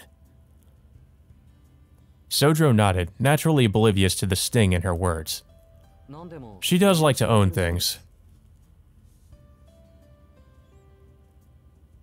Wow, this boy is dumb, he said casually, causing Toko to burst out in laughter. Toko was the quirky type of person to laugh when least appropriate. As her laugh tapered off into a giggle, she picked up her now empty teacup. So, this must belong to Aoko as well. How funny considering she hates blue things on account of the blue character in her name. Yeah, that's right. Would you like another cup? I'm not sure when they'll be back. No, thank you. Actually, they'll be returning shortly, as I calculated. Sojiro casually nodded, still clueless to the premeditation of her visit. But then the strangeness of her phrasing dawned on him, and he tilted his head in confusion. Miss Toko? Toko sighed once in response. Forgive me, Sojiro, but would you allow me to take off my glasses? He wondered why she would need to ask his approval, but nodded anyway to confirm his consent. That's very kind of you. Though I do wish I could have enjoyed more of your hospitality. Toko touched the temples of her glasses. If you were to look close enough, you might have noticed how her slender fingers were scarred. Small, fine scars from years of repeated cuts. Instantly, her glasses fell away from her face, resigned to their fateful fall. It happened so fast, Sojiro barely understood what he saw. The frame cracked into pieces as it slid down her face and onto her lap. I don't like where this is going.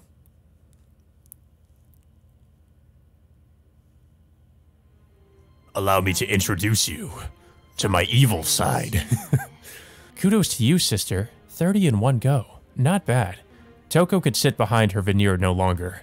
By removing her glasses, the elegant lady of moments ago was gone. Any semblance of warmth and kindness had disappeared.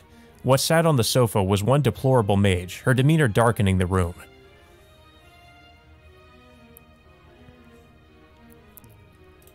Sojiro sat speechless on the sofa.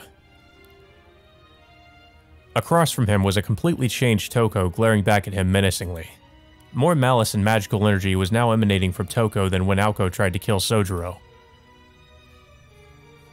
She sat titillated at the prospect of the young boy's shock and fear at her transformation. Such expectations, however, were often left unfulfilled when it came to Sojiro. You broke your glasses, Sojiro blurted out in surprise. That's what he's concerned about. Her hand stopped as she reached for a cigarette, the wind taken out of her sails. That was unfortunate. Do you have another pair? No, forget them. It's not as if I actually need them to see correctly. As long as my self exists, data is received subjectively by my five senses. The entire world is in a fog. You shouldn't trust what you can only see with your eyes. Her speech had taken on a clinical tone. This, too, did not seem to shake Sojiro. Right, so what you're saying is... Sojiro began, unflinchingly. Toko scowled back at him. After some consideration, she came to the conclusion she needed to be blunt with the boy. By some twist of fate, it was a headache she now unknowingly shared with her sister. It's like this, Sojiro. I placed some obstacles in Aoko's way to give us some time together. You are merely Aoko's property, correct? Then I won't worry that pretty little head of yours. But I must confess, dear Sojiro, I am your enemy. Uh-oh. Declaration of war.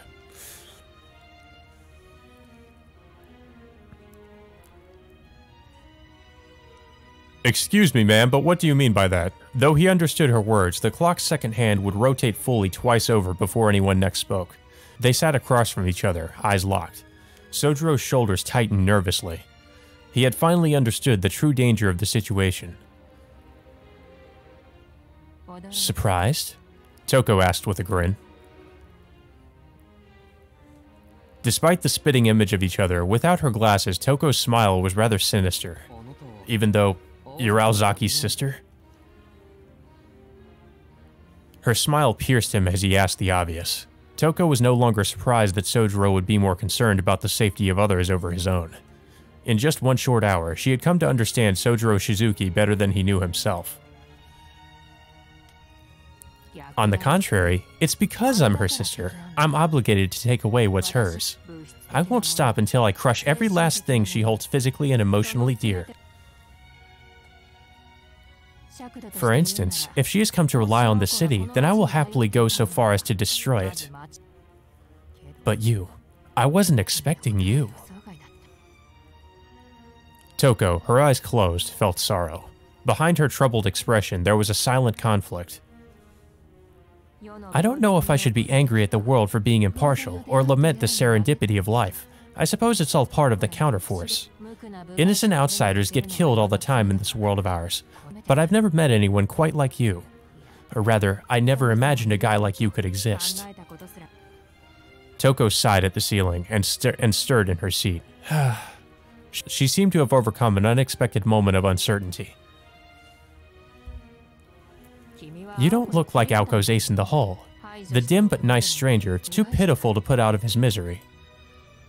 But as much as I want to leave you be, my sixth sense is screaming at me that I should erase you now and be done with it. More plainly put, she had made up her mind to kill him. Though Sojiro was somewhat flattered at how she was grossly inflating his importance in all this, what dawned on him was the fact that, through karmic irony, Toko had inevitably arrived at the same conclusion as her sister. And Alice. They all want to kill him. However, this was no time for idle thoughts. Sojiro readied himself to stand up from the sofa in such a way as not to draw attention to the plan so clearly written all over his face. Make a run for it. Silly boy, don't give yourself away like that. If you're going to run, then run. But if you value your life, then don't move a muscle. In other words, you won't make it halfway to the door before I get you. Now, be a good boy and sit still. So you're not going to kill me? For the time being. I like you, Sojiro. Well, not exactly. The truth is, I might be the only one who can save you. What? She looked the perplexed Sojiro straight in the eyes. Though actually brown, her eyes gleamed a piercing red, like the edge of a blade. Oh. Yeah, those are mystic eyes. It was at this moment an overwhelming sense of dizziness overcame Sojiro. His mind went numb, like he couldn't tell who he was, as if he was drifting into a sinister sleep from which he'd never wake. Sojiro clenched his jaw, desperate to maintain consciousness.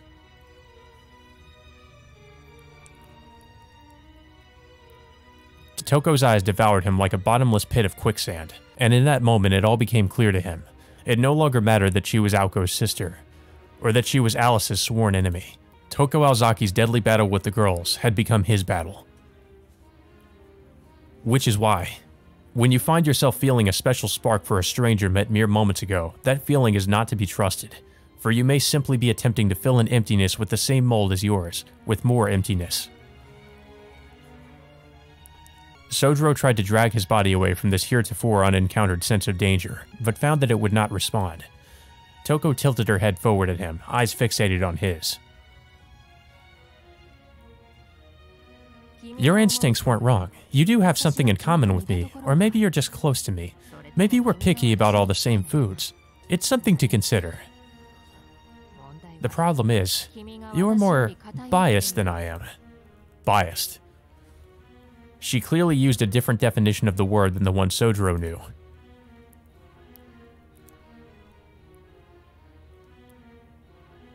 Biased. It meant that he was alone, that he was an outsider who didn't belong in this town. A sudden and seething anger eclipsed his gentle heart.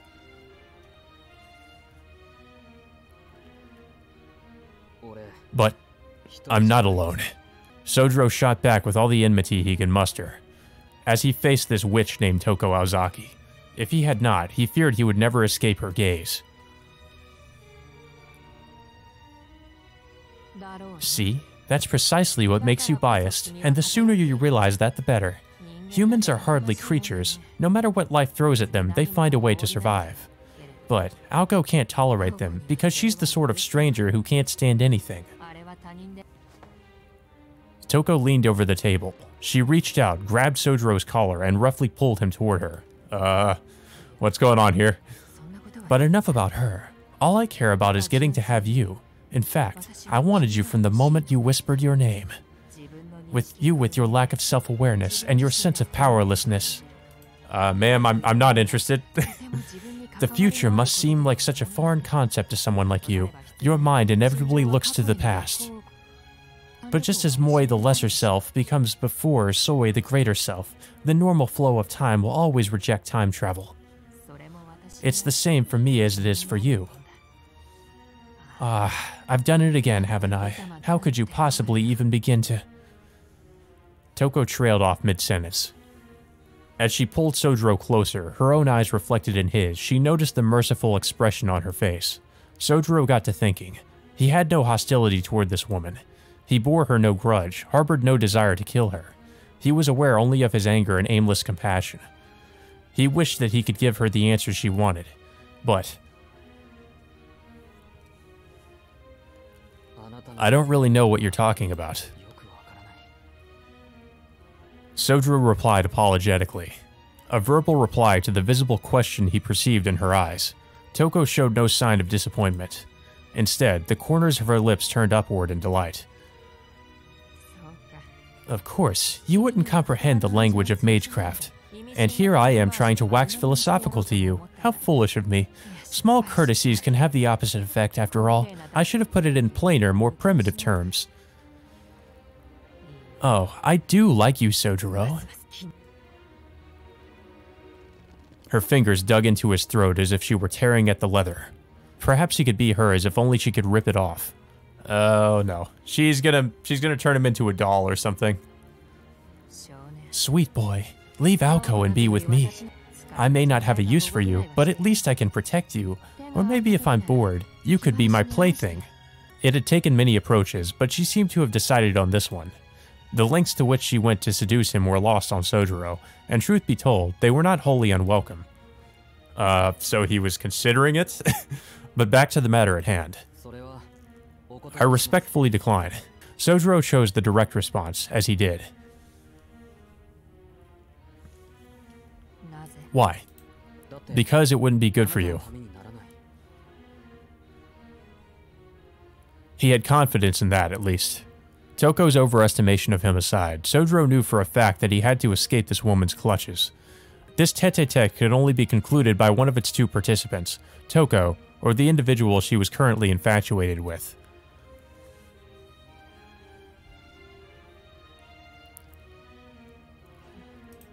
On a hunch, the boy mustered all the conviction he could feign.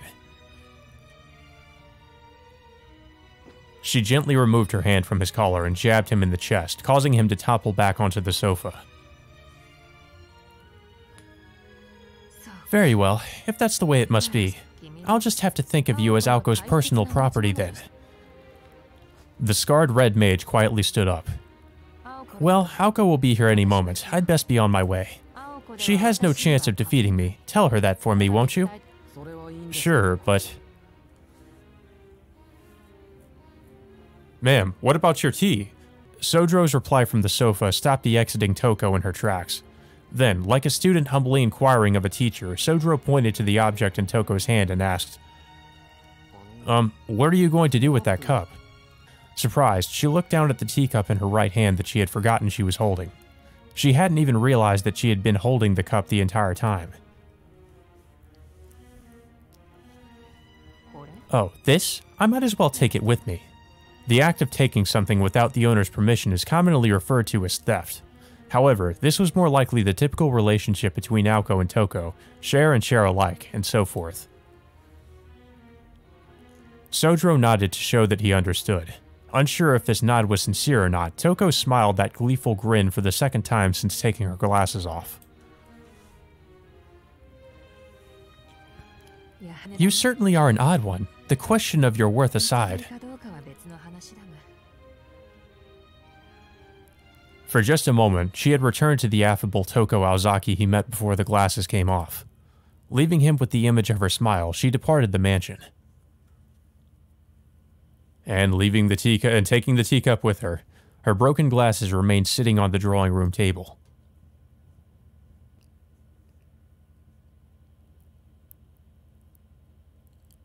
Well, that was certainly, that was definitely something. At least the plot's finally moving in an interesting direction now that Toko's shown up.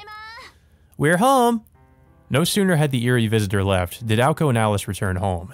Despite Aoko's sour mood, she seemed as merry as ever. Despite everything that had happened and their trip having its fair share of problems, she still had fun. Whereas Alice was her usual stoic self, with a form not unlike a parent following behind a rampaging toddler, cleaning up their mess. The scene of their return was like something out of a TV sitcom, and lost in thought, Sojiro forgot to greet them. "Did anything happen while we were out, Sojiro?" Aoko asked, more so out of etiquette than curiosity, while removing her coat. Without answering, he stood up from the sofa. "Yeah, it took up half of my day, actually. Other than that, it was just cold. Want me to make some tea?" "Yes, please. You can't plan anything without a hot cup of tea in your hands." Sojiro was on his way to the kitchen to prepare tea before Aoko had finished her upbeat response. Wait a minute, something feels off. He was following his same tea brewing routine as always, but somehow something did not feel the same. As though in a trance, Sojiro returned to the drawing room where they were sitting down and placed the tea on the table. "What do you intend to do now, Aoko?"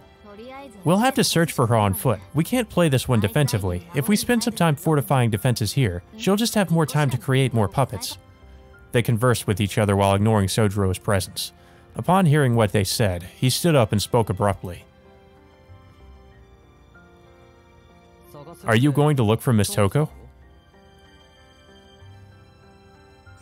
"Yeah, who else would we—" "Wait, what did you just say?"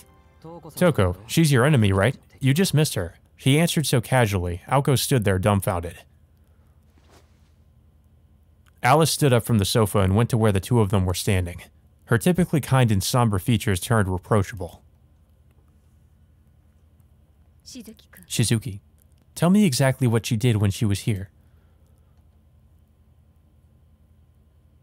"We drank some tea, then she took off her glasses." "Huh? I can't remember anything after that." What was once a clear memory seemed to have been scrubbed clean from his mind. Maybe it's an effect of the mystic eyes. Sojiro was overcome by the same dizziness he felt before. Ooh. A sharp, dry smack echoed through the room. What snapped him out of his haze was an unexpected slap from Alice. "I won't warn you again. Never let anyone else into my house."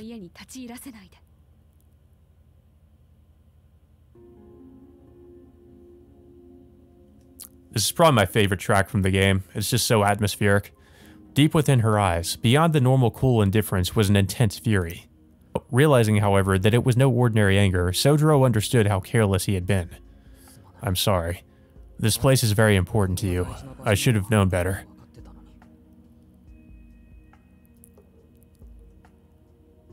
Heavy silence followed. Both Sojiro and Alice stood there, chained to the spot by their own regret.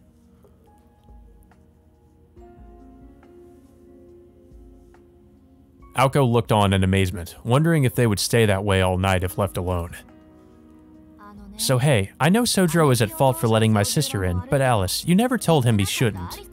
We're not children anymore, so how about we put this behind us and focus on the problem at hand, okay?" Wow, Aoko's being reasonable for once.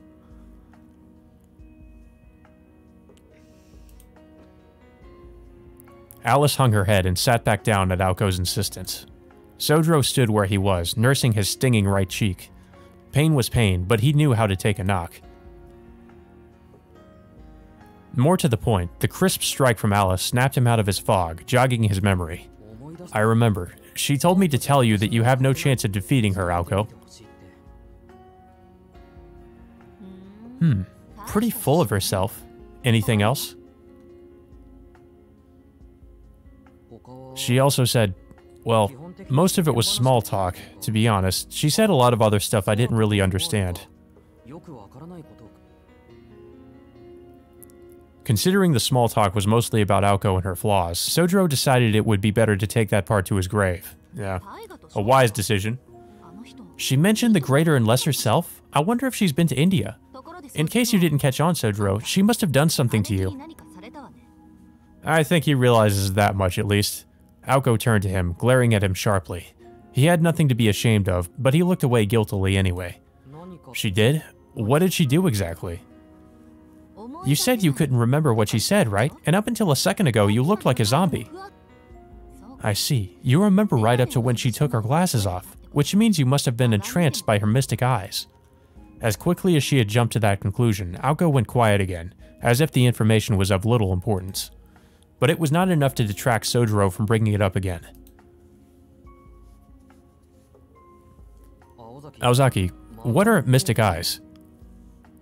Eyes infused with magical energy. Simple forms of mystic eyes can cause temporary confusion, while more advanced ones can kill with just a glance. Stuff like that. Eyes like Balor's are really just the stuff of legends. If there were eyes like that, we could really use them right about now. Sojiro's completely lost. Without further context, Aoko knew her explanation was completely lost on Sojiro.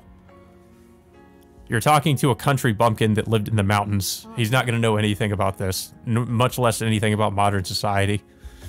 So, yeah, to put it simply, it's like my magic bullet, only you use your eyes to shoot it. You can shoot bullets from your eyes?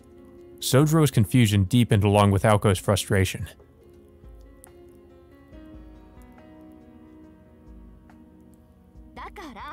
Anyway, you looked into Toko's eyes after she blinked once, right? That's the moment she got you with her mystic eyes.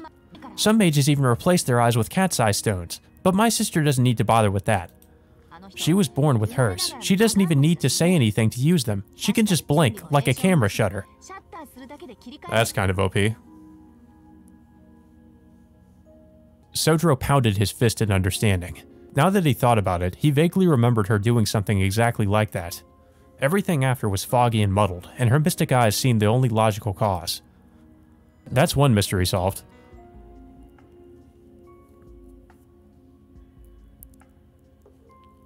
But Aozaki, isn't she your sister? Why would sisters try to kill each other? He knew it was not something he should ask, but he did it anyway. The question was against the rules.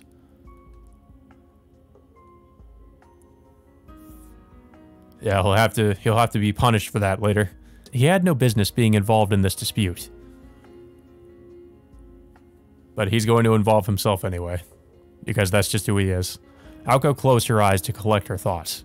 She decided it was best for all involved to at least share some background information, if only to head off further questions. Fine, here's what you need to know now that you've met her. Besides, keeping you in the dark would be more dangerous. But no more questions. This is my story to tell, got it? She stared down Sojiro until he nodded slowly in recognition. Knowing him, she knew this was confirmation enough. The conversation was becoming oddly friendly again, but Aoko sat up a little straighter as she prepared to tell the tale. Before we talk about my sister, I have to explain the Aozaki family, and more importantly, magecraft versus magic. We're going to cover a lot of ground, and it'll include stuff you can't tell anyone, but we can always wipe your memories later, so it's fine. Oh, okay, well, is that all? You just have to erase my memories? Aoko made sure to add that disclaimer as a condition for telling him the information in the first place.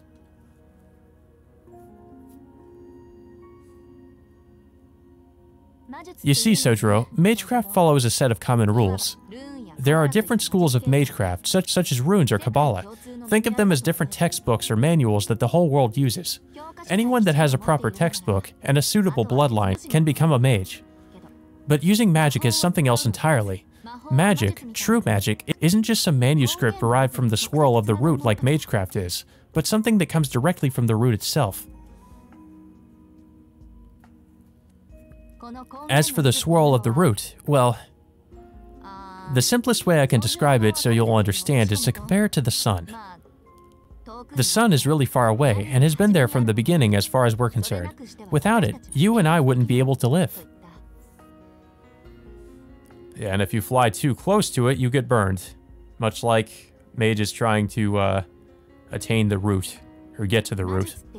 Magecraft merely lets us take advantage of the sun's benefits, so to speak. I actually think that's a perfect way of describing it. It's like, yeah, the root gives us power, but we can't ever, like, obtain the root. Magecraft is all about imitating or paying for natural phenomena. We can use it to study, practice, and recreate mystics' mysteries, but it can never truly create them. Actually, no matter how much you learn, you eventually hit a wall. It's like a limiter that human knowledge can never overcome. And beyond that wall is where magic, the sun itself, exists.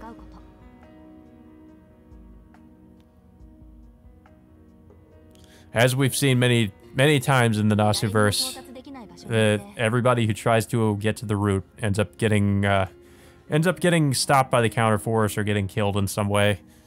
To attain it means to go where no one can go, and awaken miracles no one could possibly reproduce. A technique to make things happen that humanity could never hope to accomplish with any amount of time or resources. That's true magic. It's about overcoming that dimensional wall, like running until you reach the end where you'll find a world with completely different rules from ours. That's the only way you can, well, learn it. I told you before that magecraft has no limits, right? Well, I meant that it has no limits within the scope of human knowledge. Meanwhile, magic has lots of limits, as in it can only do one thing, and one thing alone. Makes sense, right? I mean, we're talking about unique rule-breaking concepts and mechanisms that exist outside the boundaries of the very universe.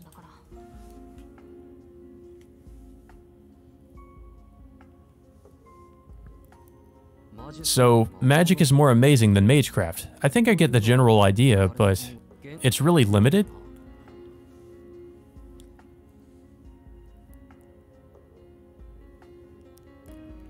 Kinda. It's more like an exception, a special privilege, or an abuse of power. It's not versatile, but in making the impossible possible, it's all-powerful as far as magecraft is concerned. Magic is like a reward a mage gets when reaching the swirl of the root, and that even goes for mages who don't possess the metal to wield it. Just making a path to the root gives them free reign to use it, in magecraft terms. In short, it's like becoming the richest person in the world.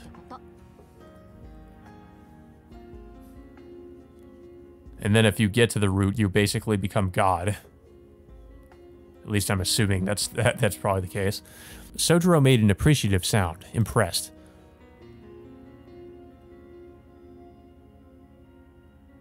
On the other hand, Alice looked as though she wished to make many revisions to Aoko's account.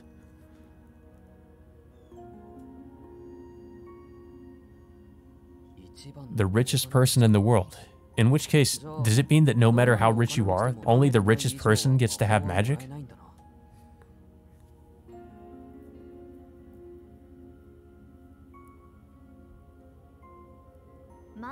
I guess so, sure.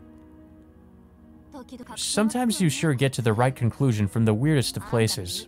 It's like you said, there are many routes and theories to reach the root, but unless you're first to the post, magic will elude you. No matter how good you are, if you're not the first, you're everyone else. There are only 4 magicians. And there are only 4 because once that path to the root has been taken by one magician, it's closed off to all others. But it wasn't always like that, in ancient times. Ironically, mankind is responsible for closing off the path to the root. We built walls that stand between us and the truth. Of course, it always goes back to humans being at fault. The mages of old could never have imagined that the more we explored the unknown, the more paths we would seal off. But the result was exactly that, and by the time they realized it, it was too late. After all that studying, true magic had all but disappeared from the world. So true magic existed in ancient times, and by humans gaining more knowledge about magic, they ironically became unable to obtain true magic? That's so confusing. Huh, so it's kind of like how the city has dwarfed the countryside then. In a microscopic sense, that example works. So, up until recently, modern mages have been vying for that final seed in a game of magical musical chairs, but some country bumpkin snagged it a while ago, so their little race is over. After that, all further research into the root was limited to mundane and meaningless magecraft. Though only a small fraction of mages were chasing magic anyway, while the rest had already thrown in the towel. Magic gained from reaching the swirl of the root isn't necessarily a mage's only goal. But that's a whole other convoluted mess in itself. The chicken or the egg dilemma, if you will.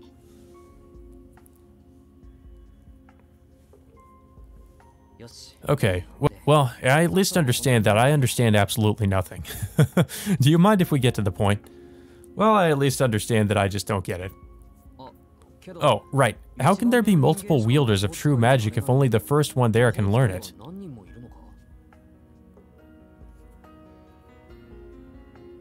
That is actually a good question.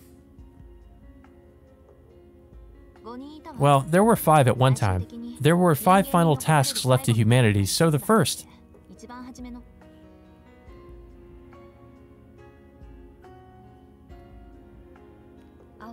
Aoko. Yeah, Alice speaks for the audience. She's like, please, Nasu, no more of your long-winded tirades.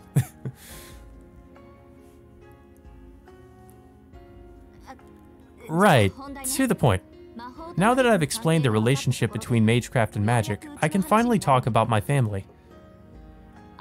Remember when I mentioned that the Aozaki family has been mages for generations?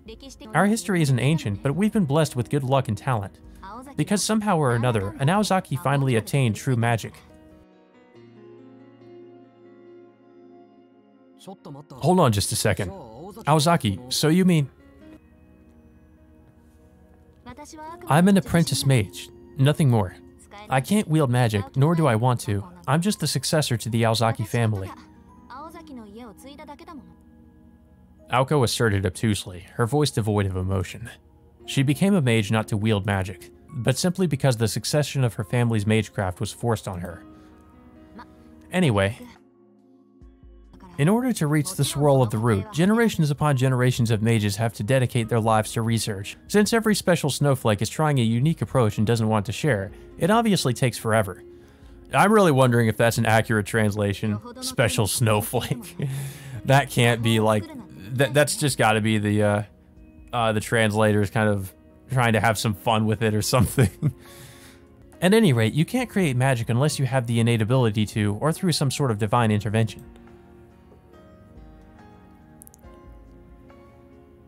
Just making it to the root isn't enough. If you lack a worthy heir to pass it on to, the miracle stops there. So much for your lineage.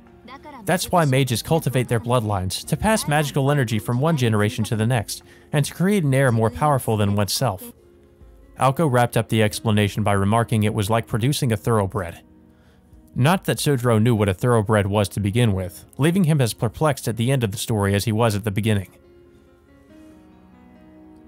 I feel like a lot of this is just flying over Sojiro's head.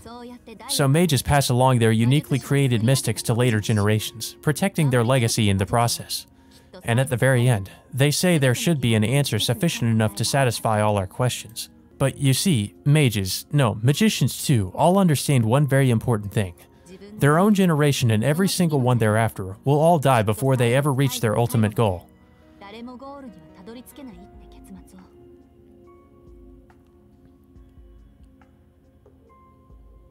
My grandfather always used to say that it was the destiny of those who obsess over mystics to end up learning only magecraft. Funny how my sister didn't turn out like that.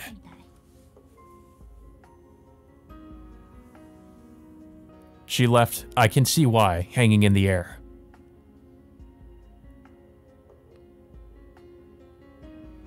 Alice had no response.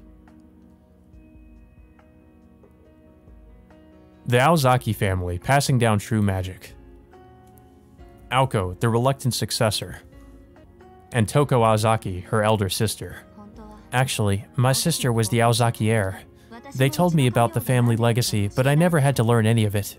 For mage lineages, unless they're super rich, they usually only raise one heir. I guess that wasn't the case for an average income household like ours.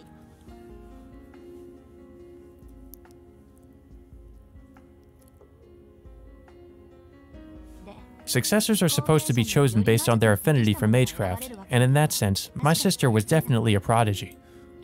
But her talent just wasn't fit for an heir, for whatever reason. Instead, I turned out to be more suited to succeed it. And while I don't really agree with him, my grandfather seemed dead set on switching it over to me during the winter when I was 15. To my sister, I suddenly stole her entire birthright, while not only being 4 years younger, but also lacking any magical knowledge. I see. So that's why. She'd said that she was obligated to take what was Aoko's.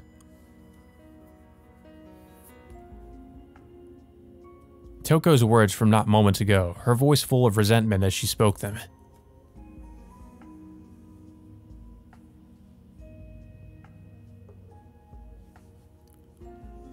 I'm not her, so I don't know how she feels about the whole thing.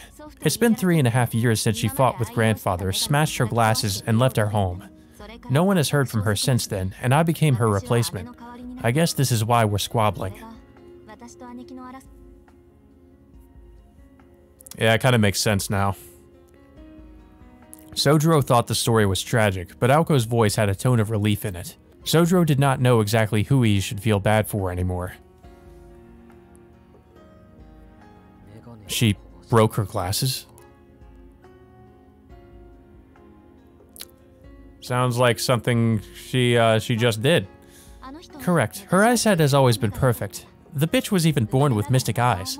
Yeah, that's definitely not an accurate translation. I don't know, it could be, but I kind of find it hard to believe that Aoko said that. She could have said that, I guess, but... But in trying to live up to our grandfather's expectations, she probably overdid it and her eyes suffered as a result.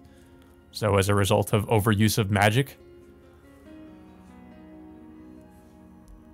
Aoko wrestled with the memory, not sure if she had everything down exactly right.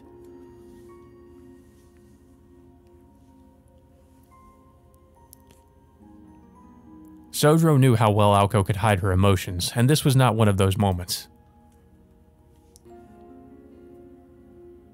You know, now that I think of it, was Toko trying to give him a message? Why did she throw her glasses at my grandfather when she could have smoked him with a single fin shot? She was in her prime back then, so she could have wiped a senile old man out in an instant if she had wanted to.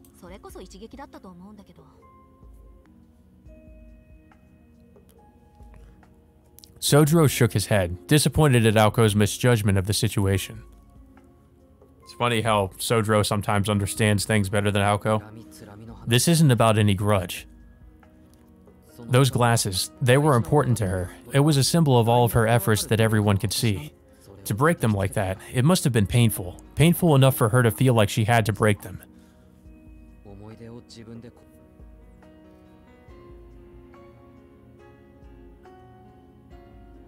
As Sojiro spoke, neither Aoko nor Alice noticed the grief he was fighting to hold in. Or more accurately, they could not understand his point of view. After all, in a world where mages are raised to fight other mages, empathy was in short supply.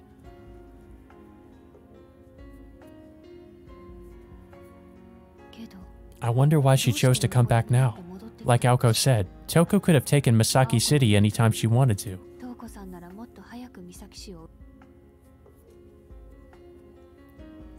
That's right. If she wanted this land so badly, she should have come back 3 years ago, killed me, and reclaimed her rights. Maybe she had a change of heart after seeing the world. I don't know.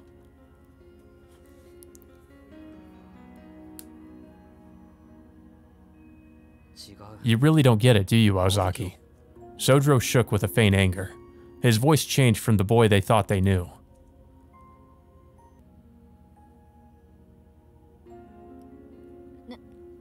Oh?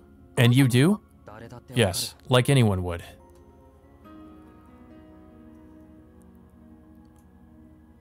Toko was waiting for you to become a fully fledged mage so that you would lose the same thing that was stolen from her. That's how deep her hurt and hatred goes. You know, it's weird. Sojiro says some surprisingly insightful things at times. Even though he's like supposed to be this ignorant country boy.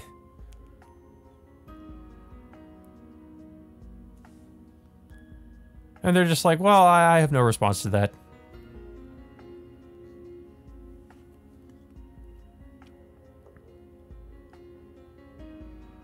Sojiro gazed at them, wondering why they could not see what he could.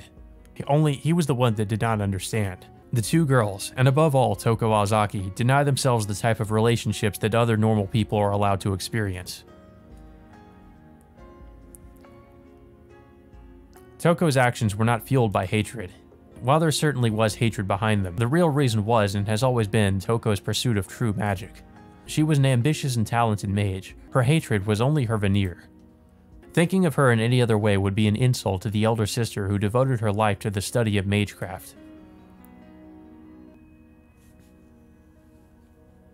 And I guess because Sojiro is not a mage, he just doesn't understand.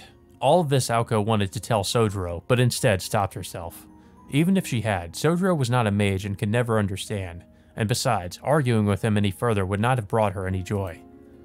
She could not have put it into words even if she had tried. And so...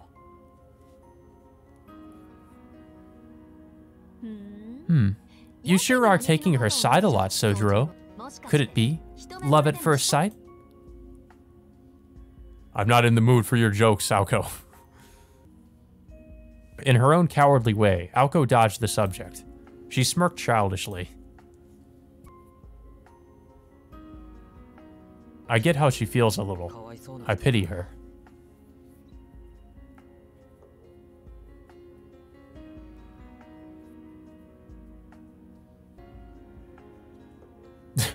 That's not the response I wanted, Sojiro.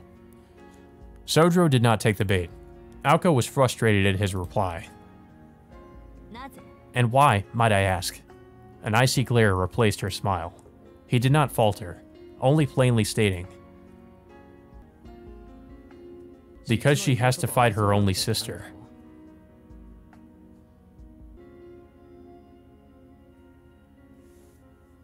That's sad, isn't it?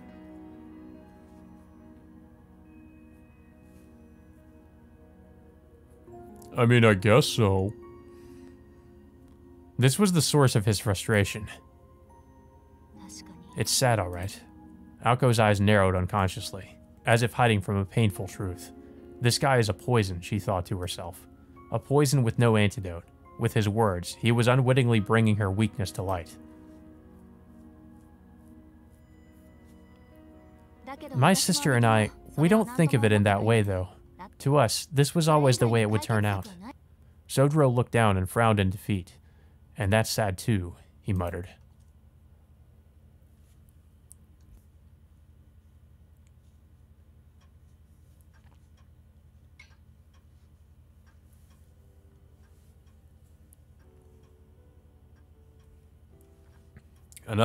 Just another Tuesday at the mansion.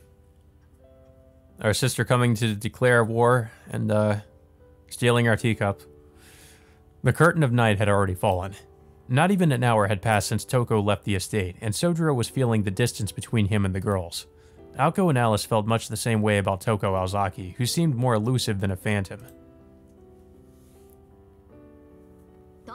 Anyway, Sojiro, you at least understand that she's our enemy, right? If so, stop arguing with me and let sleeping bears lie. Thought it was sleeping dogs. I thought that was the expression. Although, after meeting you, she must have realized that you have nothing to do with us, so I doubt we need to worry about her going after you.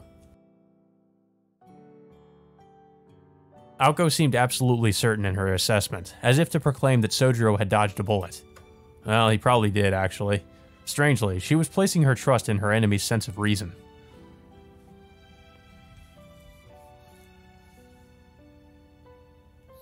Really? Are you sure about that?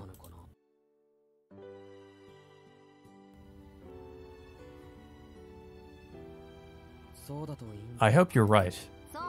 Really, so relax. She never paid any attention to things that were of no use to her anyway. Okay, if you say so, Aozaki, then that's good enough for me. Oh, right, speaking of things she has no use for, Toko took your teacup, the nice Severus one. She did what? She did what? And you just stood by and let her? Well, I mean, what's he gonna do? I did. So she really was stealing it after all, huh?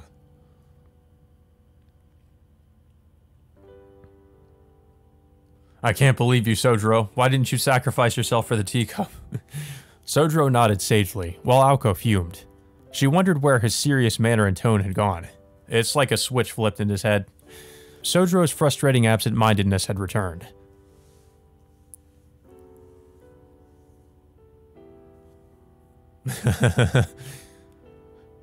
I'll get her, and I'll get my teacup back. It had to be the Severus cup, too. My favorite one. Aoko's fist trembled violently, but as much as she wanted to, she knew better than to plant it into Sojiro's carefree face. Not that he was even capable, but even if Sojiro did try to stop Toko, it would have gone tragically for him. Exactly, so why are you getting mad?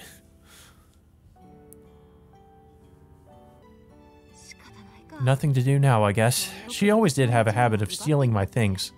Always wanting what others have. I guess old habits die hard. Isn't everybody like that as children? He wondered aloud, curiously. Maybe. So many of my crayons and dolls, she took as she pleased, and broke them too. Sojiro felt his heart jump into his mouth. The ominous foreshadowing was not lost on him. Why do you think that was? Because she made a hobby out of taking my property and smashing it to pieces, obviously. Once she had her eye on something, I had to kiss it goodbye. Sounds pretty evil to me. Listening to Aoko, Sojiro recalled his conversation with Toko. He hoped he was imagining it, but he vaguely recalled her declaring Sojiro Shizuki as someone's property.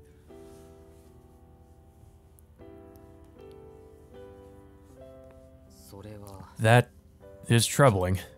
So that means that she would have broken him too, in a different kind of way.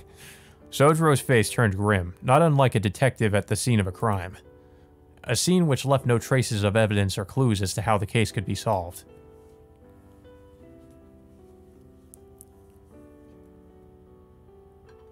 Right? She was a terrible sister. The worst. Unaware of Sojiro's turmoil, Aoko calmly sipped her tea. Sojiro watched as Aoko shrugged her shoulders before looking over to the drawing room clock. No matter how heavy the mood, time kept on ticking. Gloomy days ahead, I guess, muttered the undeniable victim of today's injustices. Aoko looked ready to move on from the incident, adding,